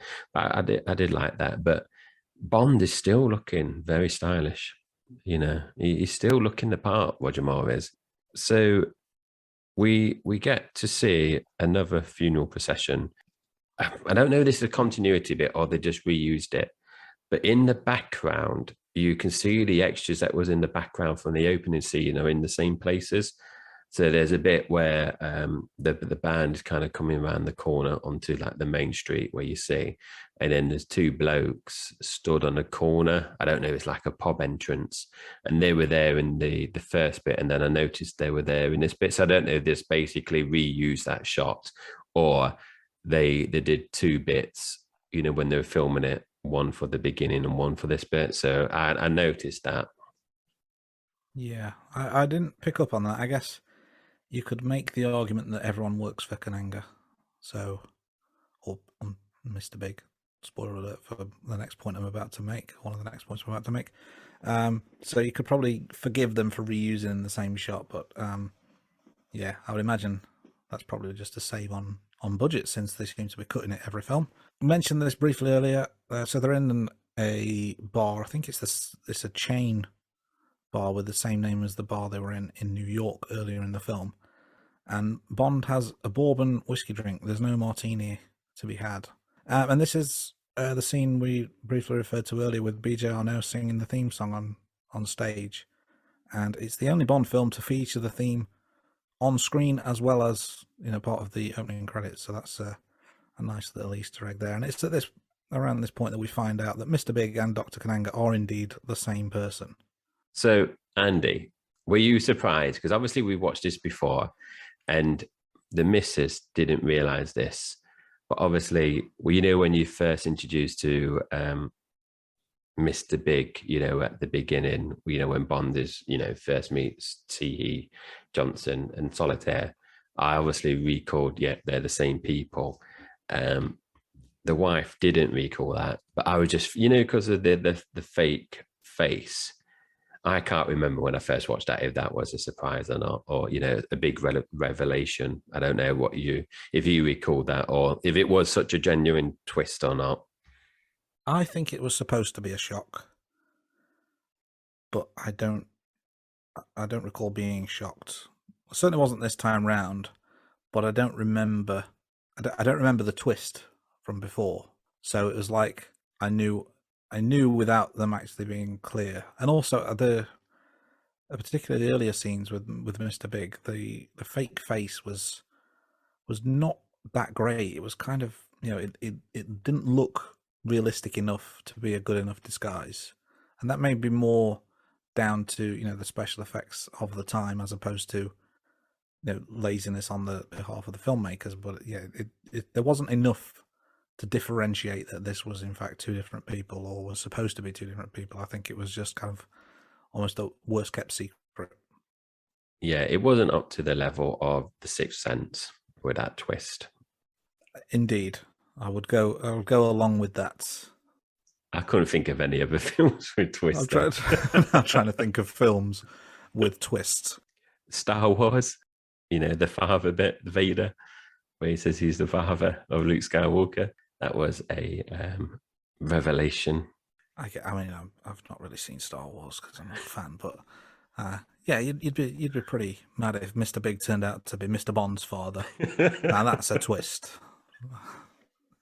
Just if anyone wants to make Live and Let Die Uh, 2, that would how I would change the story of that. Mr. Big is actually Mr. Bond Senior. But let's get back to the first installment of Live and Let Die before we ruin any potential remakes. T.H. Johnson. I'm guessing this is where the name T.H. comes from, but he's always smiling. Like in every scene, absolutely loves what he does. He is winning at life. We move on, and there's a test that Bond and Solitaire kind of pass. There's the test. I think it's something to do with a serial number on the watch, if I recall correctly. They pass the test. Bond is carried out by a whisper, and that's where he's taken to the crocodile farm, or crocodile and alligator farm. Now this is the scene we touched on earlier, and it's fantastic. For those who haven't seen it, just definitely check this out. And what he basically does is he uses the alligators and crocodiles as stepping stones to escape from the island back to dry land. One thing I noticed, kind of before we get into the stunt itself, is that he's not exactly forced onto the island. He's just having a casual stroll with the henchmen around him, and then he's on the island. Then all of a sudden, the bridge is retracted with Teehee and his mates on board, and Bond is stuck there in the middle. But it's not like they shoved him or forced him onto that island. He just kind of wandered on there, which was a little bit odd. And Bond keeping his guard down there.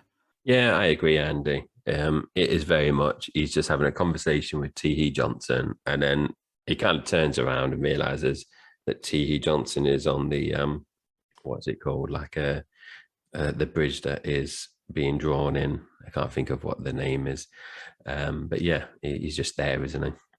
It's Bond he's dropped the ball there. A rare mistake by someone so professional. So the stunt itself, we touched on this earlier, was performed by Ross Kananga, who also owned the crocodile farm. The stunt took 5 attempts, and the stuntman received 193 stitches in his head and leg. That is a lot of stitches. One point here that I didn't realise this is Jay's research, so well done on kind of finding these points. Ross's father was eaten by crocodiles. That's pretty scary stuff. So for the son to do that after that's happened to his father, that takes some cojones for sure. And a little bit about how they kind of performed the stunt. So the crocodiles were immobilized.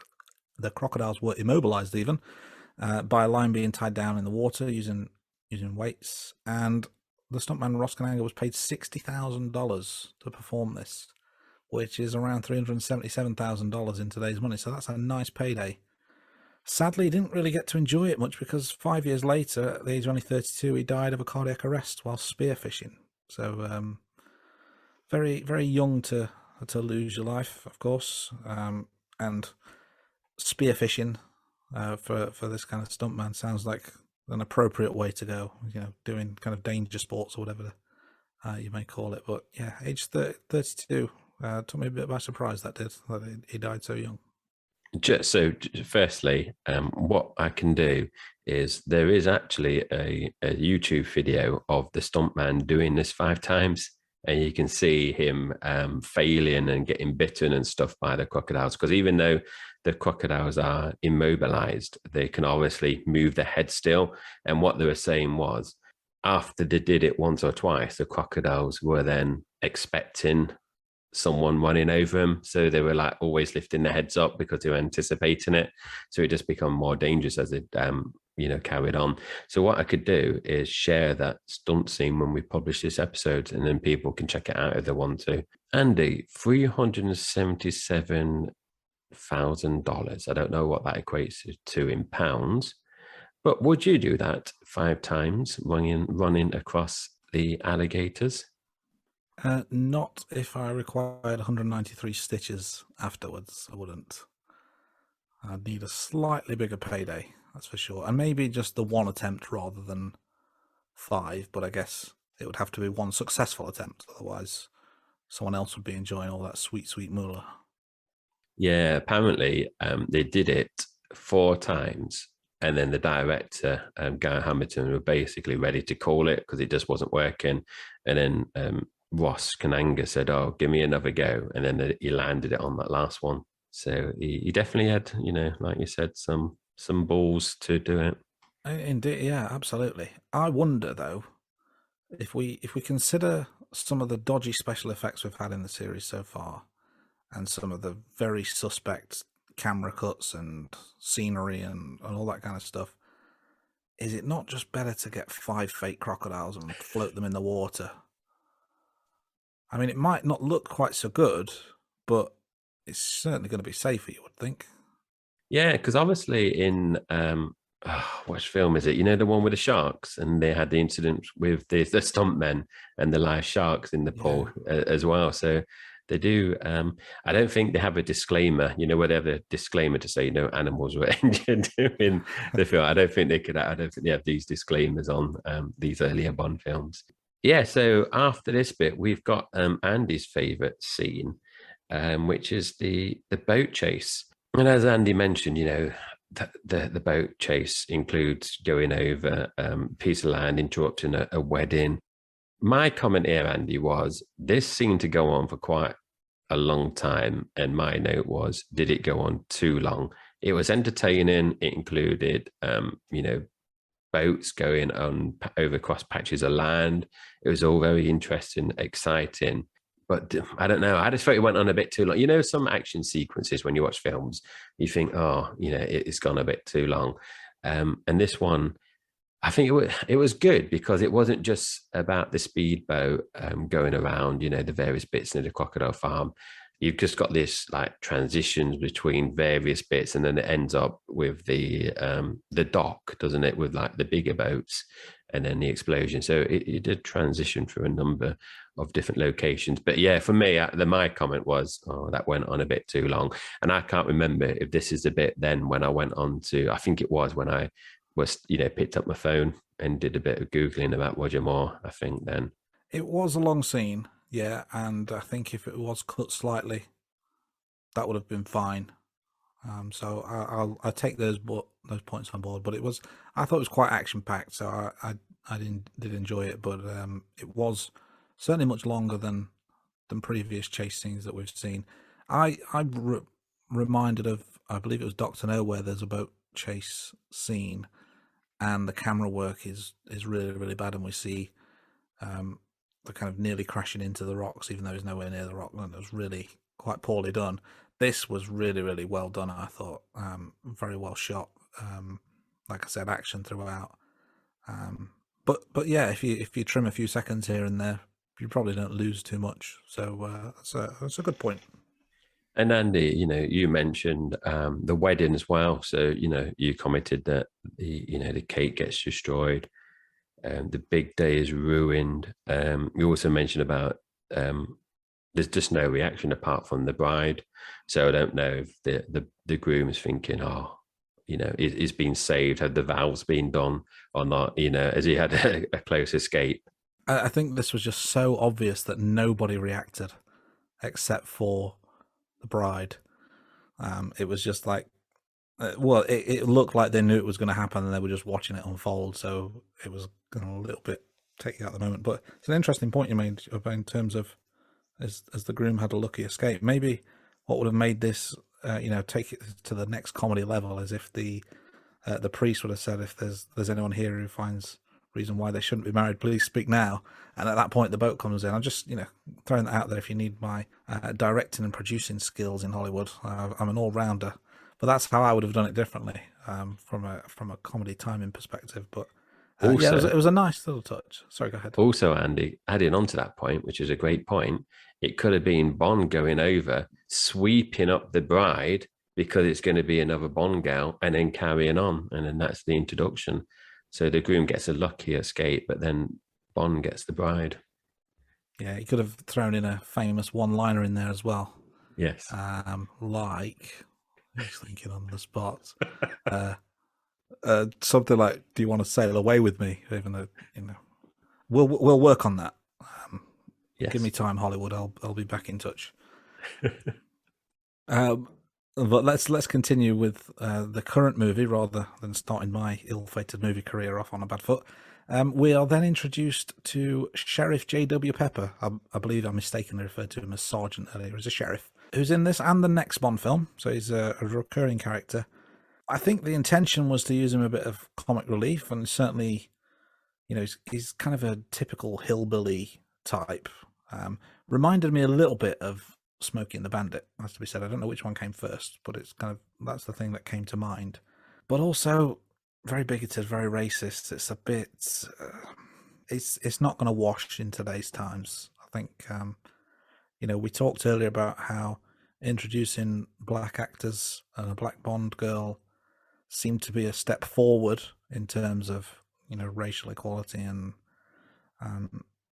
the kind of, the equality issues that a lot of black actors would have faced at the time. This seems like it almost undoes all that hard work by being so stereotypical and bigoted. So it's a bit close to the knuckle. It's an okay character. It's, like I said, a bit of comic relief, but it's a little bit uncomfortable when you're rewatching it back all these years later. Yeah, I agree. And Andy, another thing actually that I just remembered as part of the research, as part of the chase with the boats, there's a bit where the boat lands on the sheriff's car. That wasn't scripted. That was an accident. Okay. But the sheriff, J.W. Pepper, he kept in character. So they were able to actually use that. It's shot in the actual film. That's interesting. I would have assumed that was just scripted. That was quite a good moment of the scene. Yeah. Nice little Easter egg. Bond casually arrives at the dock. CIA and the police are waiting for him, and the sheriff turns up, and he can't believe it when he finds out that Bond is a secret agent. I think he was really looking forward to nailing this guy, and then all of a sudden it's a secret agent, and he's on his side. So it's a bit of disappointment for the sheriff there, but a nice way to round out what was a very good scene. Yeah, definitely. It was funny, that end bit. So we're back in San Monique. So we see Solitaire is tied up now. So we've got the voodoo ceremony and she's tied up. The Baron makes a co-entrance, doesn't he, Andy, in terms of the grave? I thought that was good. So there's a fight between Bond and Samedi. It's very short, isn't it? There, it's not one of those. It's some films where Bond is fighting one of the main primary henchmen, or I know there's obviously T.E. Johnson as well, but this one was over, short and sweet. Yeah, very, very short. Quite effective, but it took me by surprise just how short that was. We've got Kananga here, and he shoots one of the gas/air pellets into the sofa that Whisper was sitting on, and it inflates, which I guess is a precursor of what's to come in a few moments' time. But it was a little bit strange, I thought, because isn't there still a hole in the sofa where the pellet went through? But maybe that's just thinking about a little bit too long. And then there's another scene that comes up, which again was one of the ones that I remembered, and I think it's one of those kind of all-time memorable scenes where Bond and Solitaire are about to be fed to the sharks. They're tied to some sort of hanging platform, and Bond gets his arm sliced so the blood drips into the water. But Bond is very unlucky with animals, because this is sharks and crocodiles in the same film that he's about to be fed to, but somehow escapes.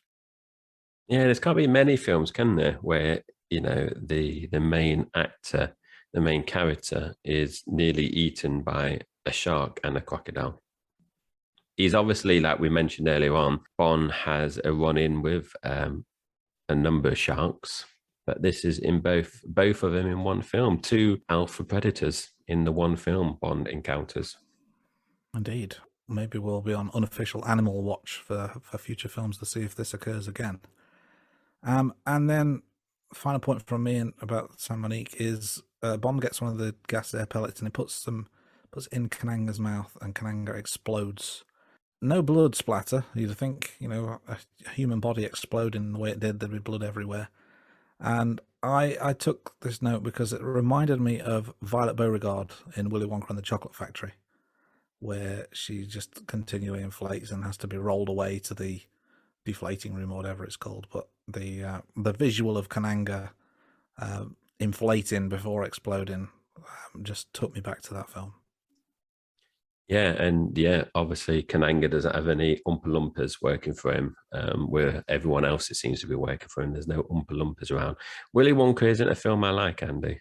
Chocolate Factory. I've read the book, but it's not a film I like. Moving on. So yeah, Andy, I don't know what your thought of this was. Whisper, does he survive? Because he's locked in the metal capsule that we see. It's implied, unless I missed it, that he's got a weakened lungs. That's why he whispers. And the capsule is airtight. So I don't know how long he was surviving the capsule. Do you think he survives, or do you think now that Kananga's dead and the CIA arrives that he's just taken off and there's some jail time? What's your view on that? That was my thought when that happened. That is interesting. Can't say I'd put much thought into it, but I'm going to assume that he was arrested, but probably in a very weakened state because, like you said, he wouldn't survive in there for very long. But then I guess who's there to free him? Maybe he's still there to this day. We'll never know. It's open to interpretation, then audience interpretation. I like that sometimes when they do that in movies, or they just forgot about him and didn't do an ending for him. Anyway, so we're on the ending now, the end scene. So we're on the train. I had to Google this bit after the film, so I didn't do it straight away. So Bond makes a quip about the unlucky at cards when he loses to solitaire. So yeah, I Googled this. So this is the reverse of being lucky at cards, unlucky at love. So it's just the reverse. Also, Andy, I didn't write this down, but a fault. Is this one of the few times that we see Bond lose at cards? I think it's got to be, hasn't it? Because we usually see him obviously winning, but he loses to solitaire, playing Ron Ginny. So now I'm thinking about it, I can think of one other place where he loses or is seemingly losing for a while, and that's in Casino Royale, where he needs to be forwarded some more money to continue the game. Spoiler alert for episode 21 of the series. That's the only one that comes to mind off the top of my head, but that's an interesting point. So this potentially is the first time up until that film. Maybe we can track it in future to see. But yeah, when that happened, yeah, it's just one of those things. You just always kind of relate Bond to winning in cards. So yeah, it's just a little note. Not just cards as well. Think of scenes where he's played golf or shooting or whatever. He always seems to be on the winning side. We get T.H. Johnson back on the train. A bit of a scrap between the two of them. And I believe this will be the first fight on a train since From Russia with Love. Possibly not quite as memorable as that fight scene, but still quite an effective use of the fight scene. I did quite like the bit where I think it's Teehee shuts Solitaire into the fold-up bed, and she's very unhappy with Bond afterwards because I'm not sure she realizes who it was that did it. And then the film ends with the shot of the outside of the train, and Baron Samedi is sat on the front of the train as it chugs along, which I thought was a very cool ending. I did wonder whether this was kind of a way of opening up as a reintroduction, but also it confirms that he didn't die in the earlier fight scene. But I thought that was a nice way to end the film before we go into the closing credits. Okay, so that's the end of the film. Let's move on to a few quotes and one-liners that we saw. I'll take this first one, which was an exchange between the cabbie and Bond in New York. So the cabbie starts with, "You know where you're going? Uptown, I believe." "Uptown? You're headed into Harlem, man. Well, you just keep on the tail of that jukebox, and there's an extra 20 in it for you. Hey, man, for $20, I'll take you to a Ku Klux Klan cookout." Lovely, brilliant. It was funny, that scene. So I don't have the acting chops like Andy. So this is the bit where Andy mentioned, about the good ending of the boat chase. So this is J.W. Pepper, sheriff. So he goes, there's that son of a bitch. I got him. What are you? Some kind of doomsday machine? Well, we got a cage strong enough to hold an animal like you here. Then Felix Leiter goes, Captain, would you enlighten the sheriff, please? Trooper, yes, sir. J.W., let me have a word with you. J.W., now this fella's from London, England. He's an Englishman working in cooperation with our boys. Sort of secret agent. Then J.W. goes, secret agent? On whose side? That was nice. I was hoping you'd go into a full-on JW accent there. I can't do accents at all. What are you, some kind of doomsday machine, boy? That's my terrible attempt. We'll edit that out. No one needs to hear that. The scene at the start of the film, so the MI6 agent Hamilton gets killed. He's watching the funeral procession, and he turns and says, whose funeral is it? And the henchman just says, yours, and then stabs him. There's a nice little line there, I thought. Yeah, definitely. And in this one, I thought it was a good quote, but the whole film has like racial undertones, a bit of racism in it. So this is between Bond and Strutter, who works for Felix. So Strutter, kind of obvious you weren't coming out front, not even with that clever disguise you were wearing. And then Bond goes, hmm? And then Strutter goes, whiteface in Harlem? Good thinking, Bond. You're right in terms of that kind of racial undertone, but a little bit of funny there. Let's move on. Let's pick up on a couple of things around the book versus the movie and where there are some differences. So the book is actually the second James Bond novel in the series, whereas obviously this is film number 8 in the franchise. And in the book, Mr. Big's operation involves gold coins for the 1600s.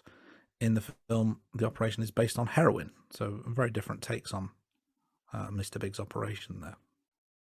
Yeah, and I mentioned this next point, obviously. So in the book, Quarrel Senior was introduced.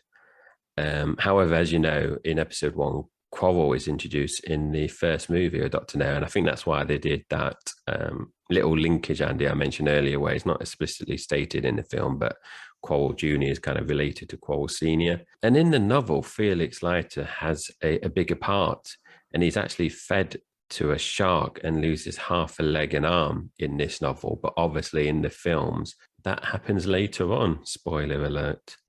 Very interesting. Jay, do you want to hear a joke? I always want to hear a joke, Andy. Is it about James Bond?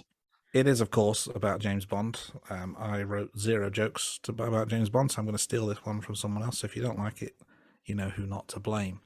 So a receptionist, I don't know whether, let's say they're in a hotel. Receptionist asks 007 his name. He replies, Bond, James Bond. And the receptionist replies, I didn't ask for your middle name, Bond.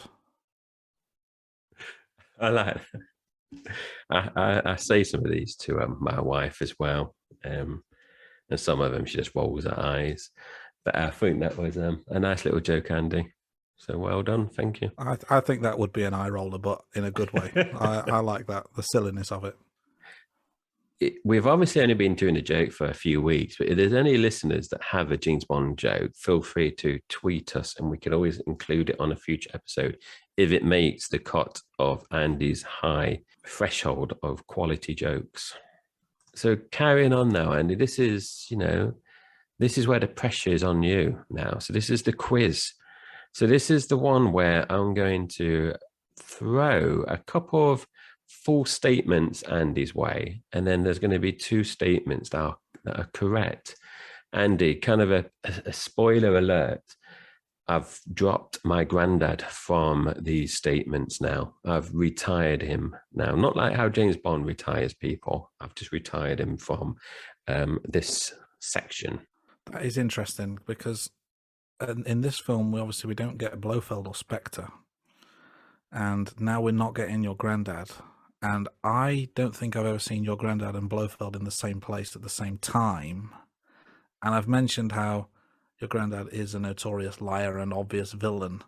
And I'm just putting 2 and 2 together here and coming up with 7, 007 maybe. Well, Andy, I didn't want to mention it because obviously there's copyright issues. So we can no longer mention my granddad while the copyright issues go through court. So he will be retired for a number of episodes. He might come back when Blofeld returns. Who knows? We'll refer to him as Nameless Villain. Nameless villain, yes. He's not in a wheelchair or balding, just so you know.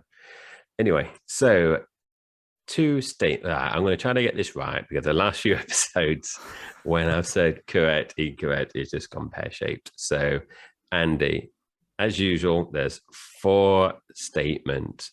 2 are correct and 2 are incorrect. So listeners, feel free to, play along as well.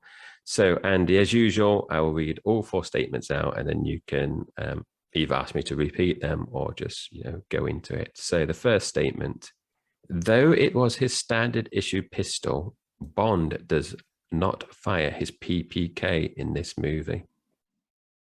The next one: Tina Turner nearly got the part of Solitaire, but withdrew due to touring commitments. Roger Moore is the only Bond to use a hang glider. And the last statement: this was nearly Steven Spielberg's first movie, having only directed TV episodes or shorts. However, Spielberg was approached by Universal Pictures to direct Jaws after Dick Richards pulled out.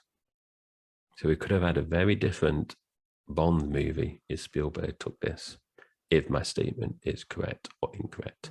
Indeed. So very, very different shark scenes as well. Yes. Maybe you got the idea of Jaws from the script from this film and thought, you know what, there's not enough sharks. I'm going to do a film about one shark and just have a lot more of it instead of the end. So how do you want to do this? So, I mean, I'm now thinking about Jaws, but instead of the Jaws theme, the James Bond theme in the background. But I'm off on a tangent. These are very, very tricky, it has to be said. There isn't one that obviously stands out as being true or false. I think they're all quite plausible. So I'm expecting potentially a low score here. I'm going to go with the first statement, not firing the PPK, as a true statement, because I don't recall much shooting at all from Bond, it has to be said. I know it obviously kills a number of people in various ways. I remember, the ladder and the kick and the car chases, but I don't remember much in the way of just pure gunfire from the PPK. So I'm going to say that that's a true statement, that he doesn't actually fire it in this film. Okay.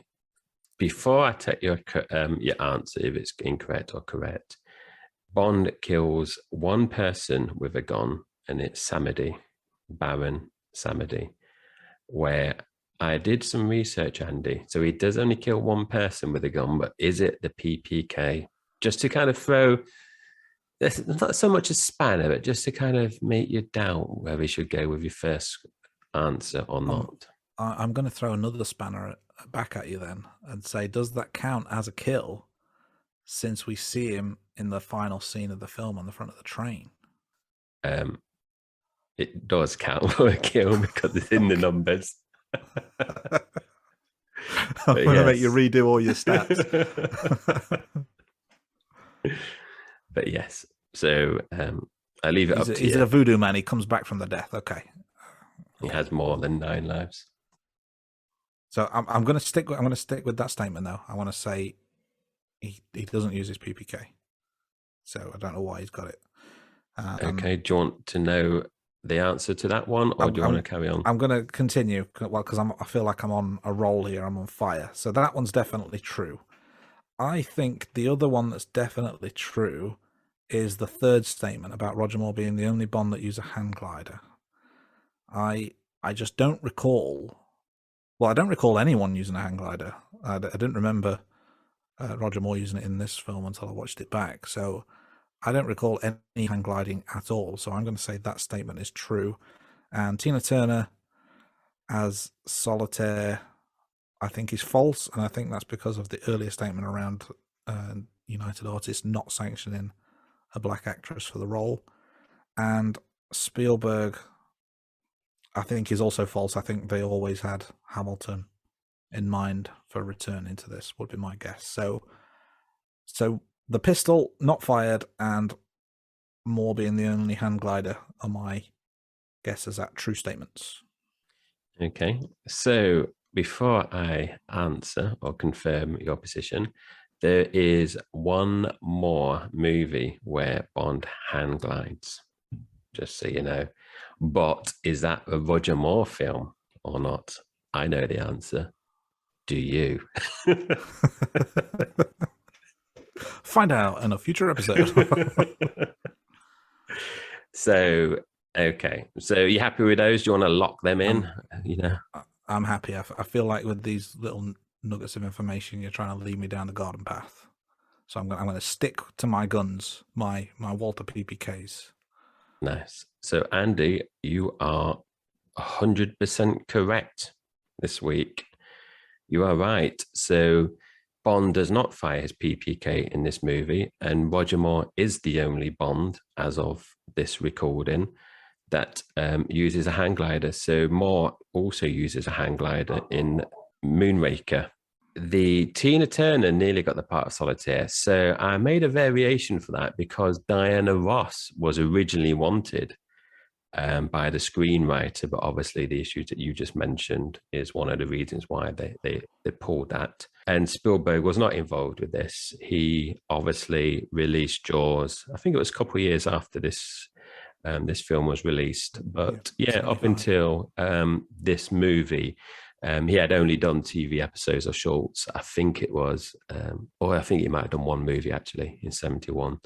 But yeah, so I thought that took me 45 minutes to make those 4 questions, Andy. So I'm glad you had a bit of difficulty, but you still got 100% right. So I'm a bit disappointed. That was good. Yeah, I mean, basically, don't work hard because it's all for nothing is the lesson you should all take from this. But I feel like that's just desserts after the way you've screwed me over these last few weeks and, tried to knock my confidence and ruin my potential Hollywood career. So now things are back on track. It's onwards and upwards for me. Yeah, and I don't think it's going to be often, Andy, that you're mentioned in the same breath as Spielberg. So, that is something you can, appreciate. Let's put it on your CV. I think your whatever actors have as a CV. So, Andy, that's the quiz. I think I'm going to start tallying all the quizzes up in terms of how, what your score is, because I think there's only 2 or 3 weeks where you haven't got it right. So I'm going to have to make these a bit harder, I think. We're moving on to the rankings now. So, our regular listeners will know we are tracking a lot of the stuff that we mentioned earlier on each week. So, Andy, you mentioned earlier, so I'm going to pick up run times. So, Andy, you mentioned Live and Let Die, 2 hours, 1 minute. So that is actually the 3rd longest Bond film we've had so far. So it's short by 21 minutes of compared to On Her Majesty's Secret Service, and Thunderball was 2 hours 10 minutes. Kill count, we've got Live and Let Die, 8 kills as I mentioned earlier. So that comes in straight in at number 5. So 1 below Goldfinger and 1 above the previous film, Diamonds Are Forever. So Roger Moore, after 1 film, he has 8 kills. And then last one from me before Andy takes over. You mentioned this already. He doesn't drink a martini. Thank you, Jay. So moving on to the introduction of Bond, James Bond. We do get this in the film, and it's actually the longest it's taken so far. So 23 minutes and 10 seconds. So we've heard this introduction in 5 of the 8 films so far. So even the fact that it's not appeared in 3 is still a surprise to me. But of the 5 we've heard it, it's by far the longest time taken to hear it. And then from a hat perspective, there's no throwing of the hat and there's no wearing of the hat. And Felix Leiter does appear. This is his 5th appearance in the Bond franchise, and it's also the 5th different actor to play the part. So David Hedison plays this, plays the part of Felix in this movie. Yeah, so we move on to Bond girls now.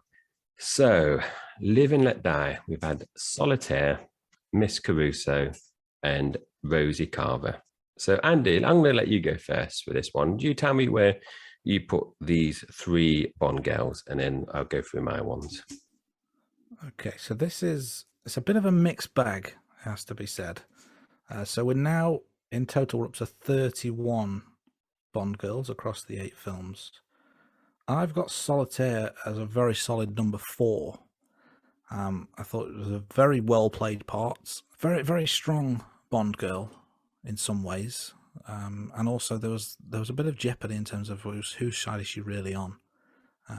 Very beautiful Jane Seymour as well, which certainly helps matters. So I've got a slight just above Tiffany Case and just below Tracy or Teresa Di Vincenzo. So number 4 for Solitaire. Now, going further down, I've got Rosie Carver in as my second of 3 from this film, but kind of lower mid-table. So I've got her in 19th place out of 31. The word that comes to mind, as we discussed earlier, is a bit ditzy, but a very good part that she played. Didn't see much of her in terms of screen time, but I thought, solid but unspectacular effort from Rosie. And then I've got Miss Caruso slightly further down in 23rd place out of 31. And again, screen time is really the main reason for this for me. Is I believe she only appears in the one scene, doesn't say much, if anything. Spends most of that scene hidden away in the cupboard. Yeah, just a kind of almost a cameo in some regards. So no real effort in terms of making her part of the film. Or you could almost cut her scenes and everything would be fine. So down in 23rd place for Miss Caruso. How does that compare with your rankings, Jay? Yeah, I mean, Solitaire, I slipped her in at number 6, so just below Tiffany Case, because I really like Tiffany Case, and just one above Domino. So Jane Seymour, obviously very attractive, beautiful actress, and her character. Yeah, like you said, you didn't quite know. There was a bit where you think she's kind of switched sides again. So I do think she's a strong entry in terms of a Bond girl. Whereas Miss Caruso and Rosie Carver, they were low down. I don't, like you said, Miss Caruso was in the one scene at the beginning. If you went and got some popcorn or something in a cinema, you would have missed her scene and not realised she was in it. Rosie Carver, she was just so ditzy that she actually ranked lower than the female Andy Flintoff from On Her Majesty's Secret Service. So that's how much she grated on me in this film.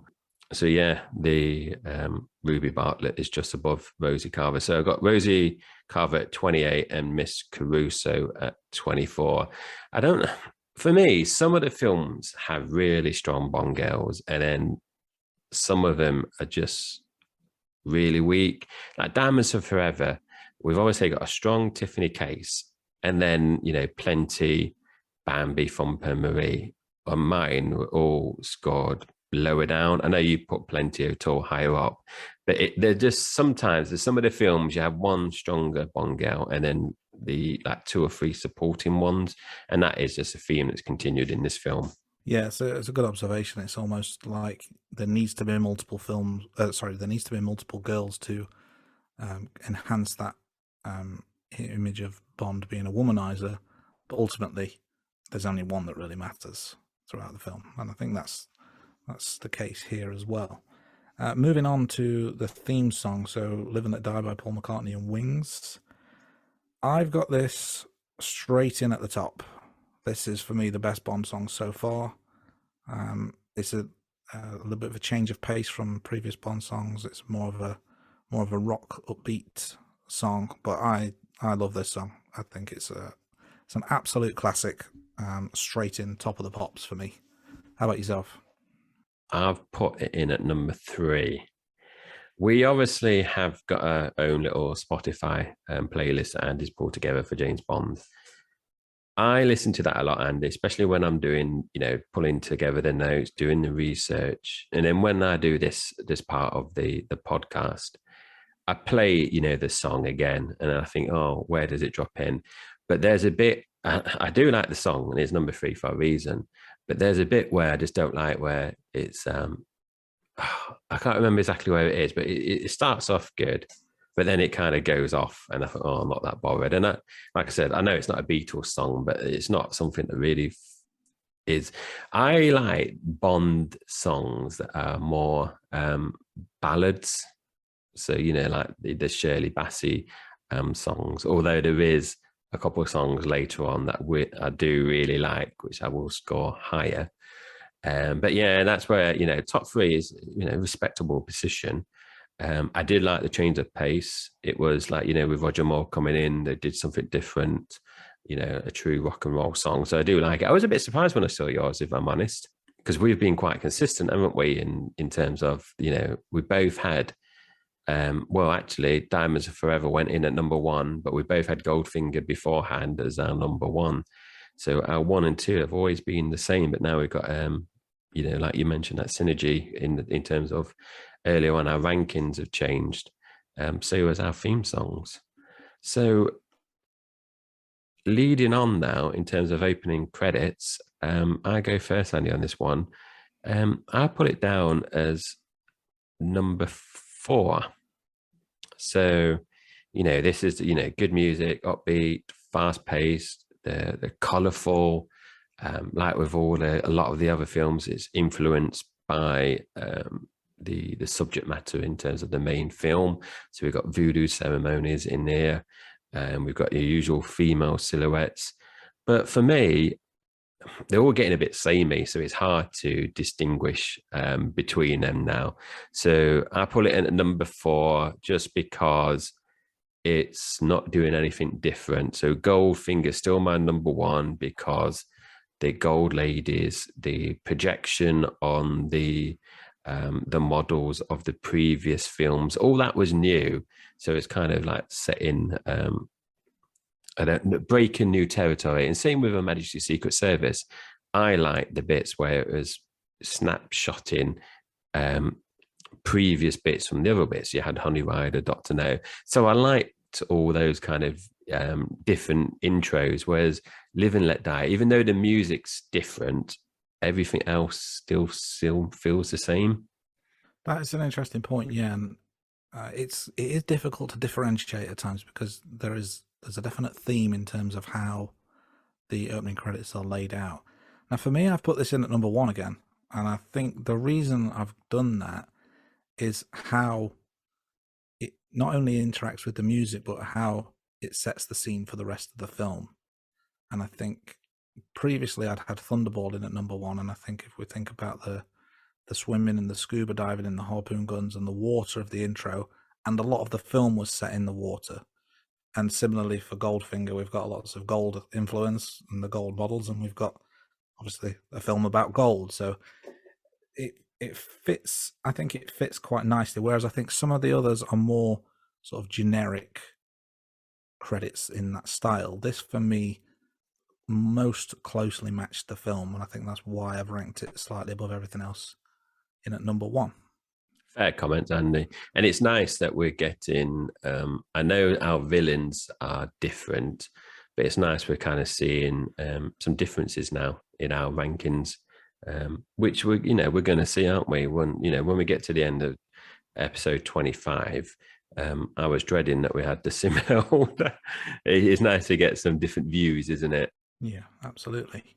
Let's talk villains next. So we've got Baron Samedi, we've got Dr. Kananga, Mr. Big, and we've got T.H. Johnson as the 3/4, although we know, obviously, we find out 4 becomes 3 because Dr. Kananga and Mr. Big are one and the same, which takes us the total villains up to 20 for the series so far.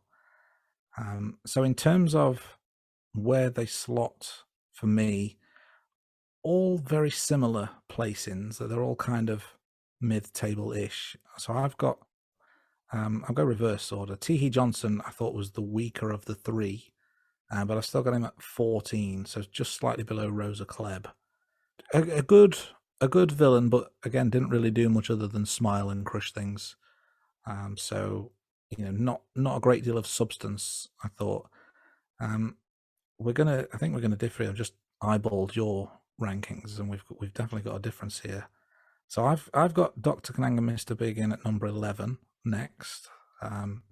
Again, quite a solid villain, but not as imposing, I would say. More, somewhat in the background. So I've kind of put him on a par with Doctor No, really, just slightly below. And then my favourite of the three is Baron Samedi, which I've got in at number 7. So between the Blofelds of Diamonds Are Forever in 6 and On Her Majesty's Secret Service in 8.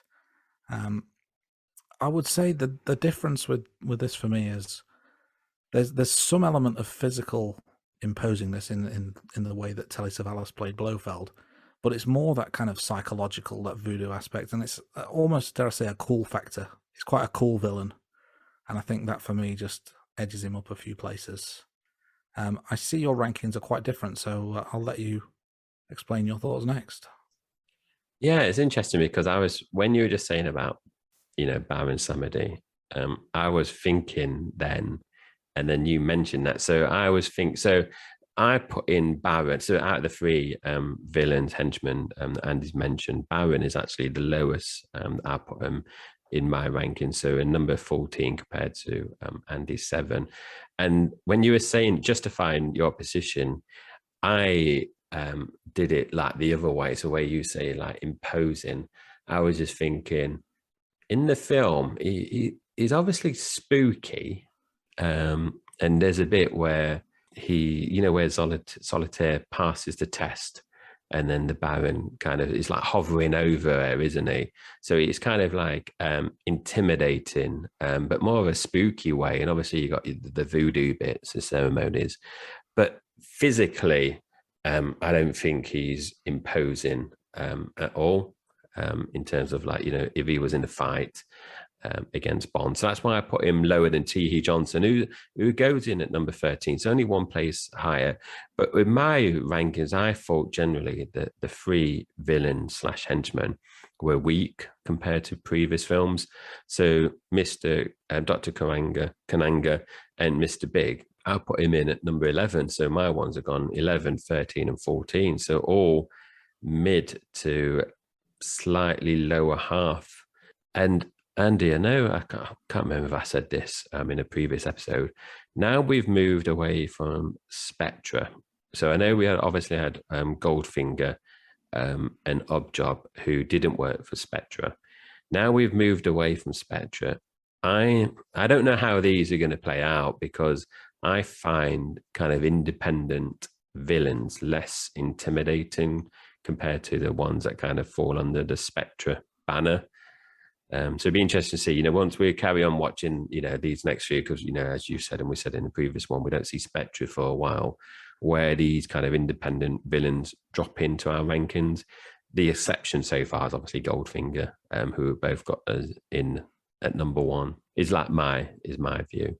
So next one, Andy, is movies. So, we both said what our score is at the beginning. So I said 6 out of 10.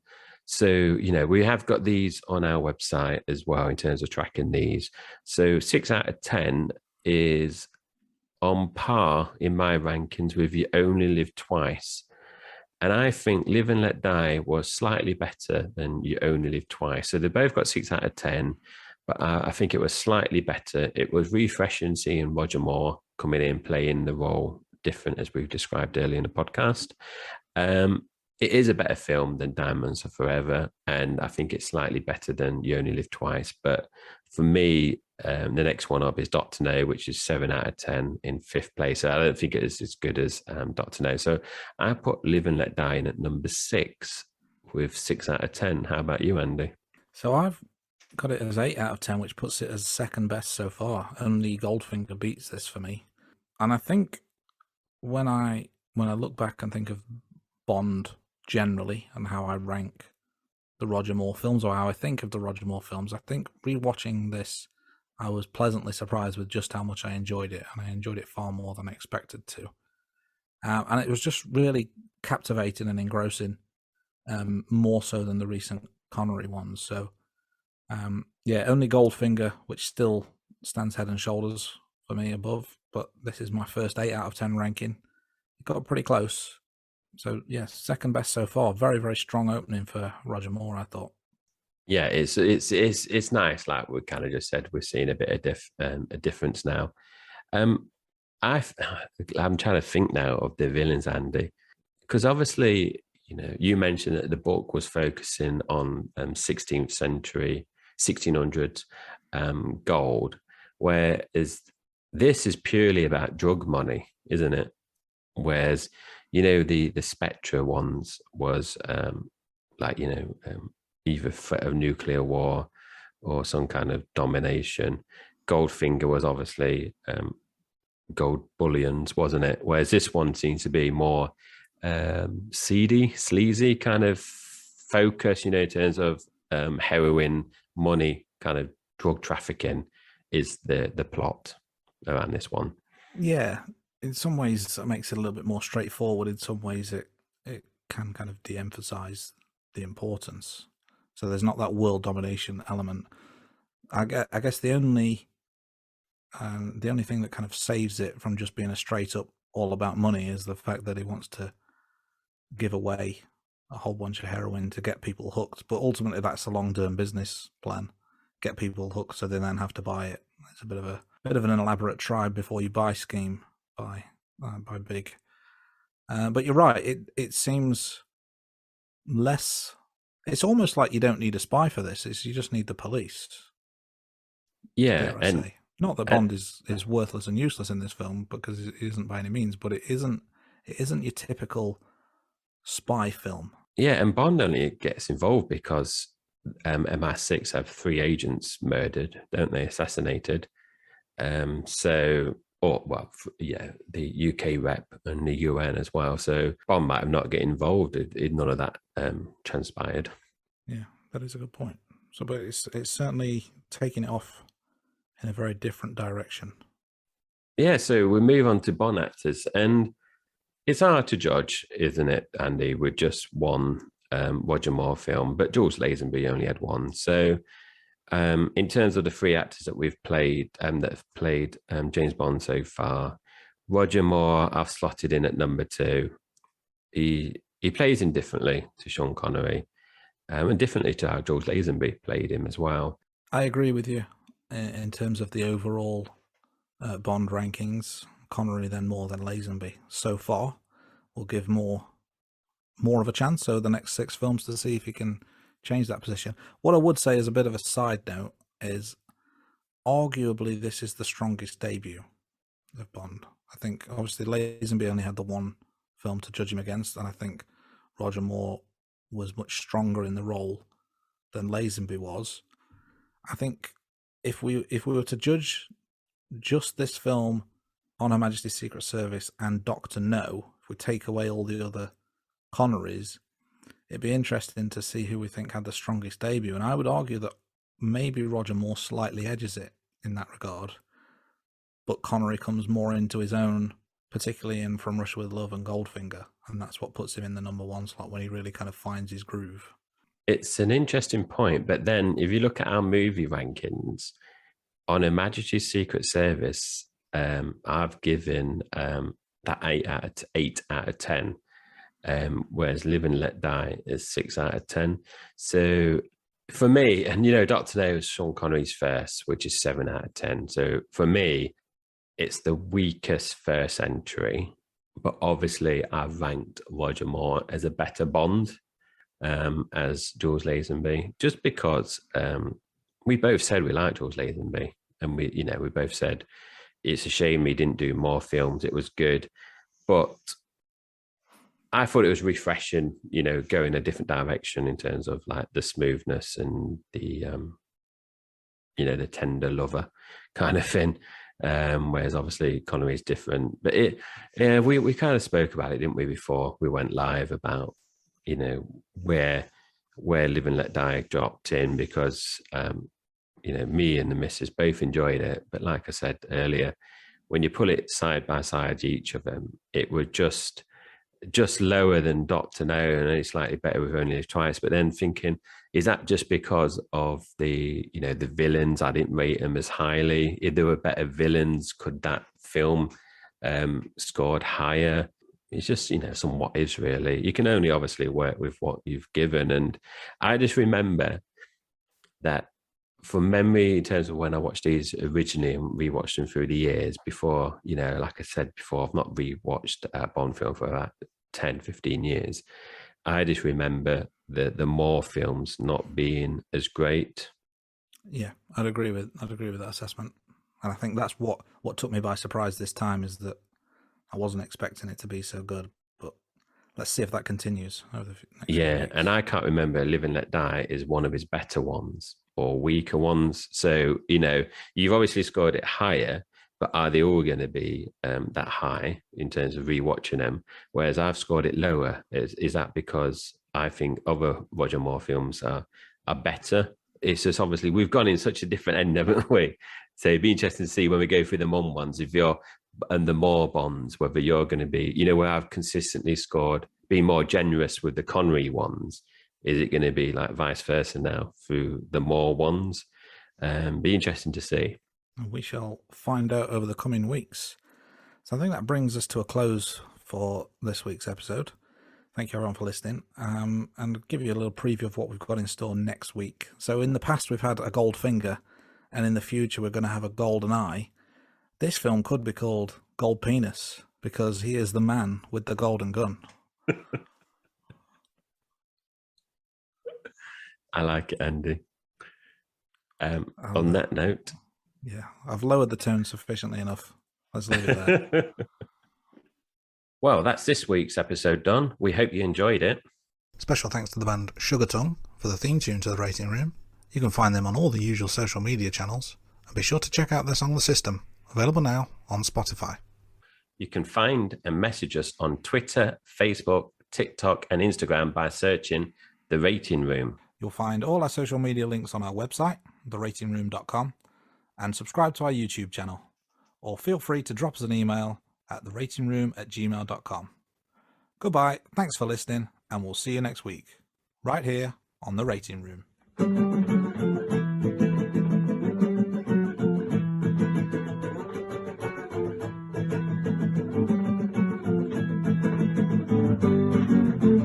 Rating Room. The Rating Room. The Rating Room.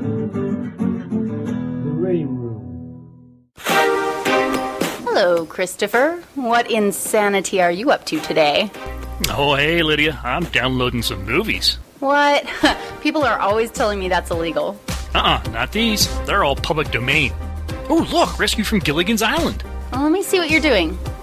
Oh, you're at archives.org. Well, they have thousands of films, TV shows, commercials, radio shows, and books available.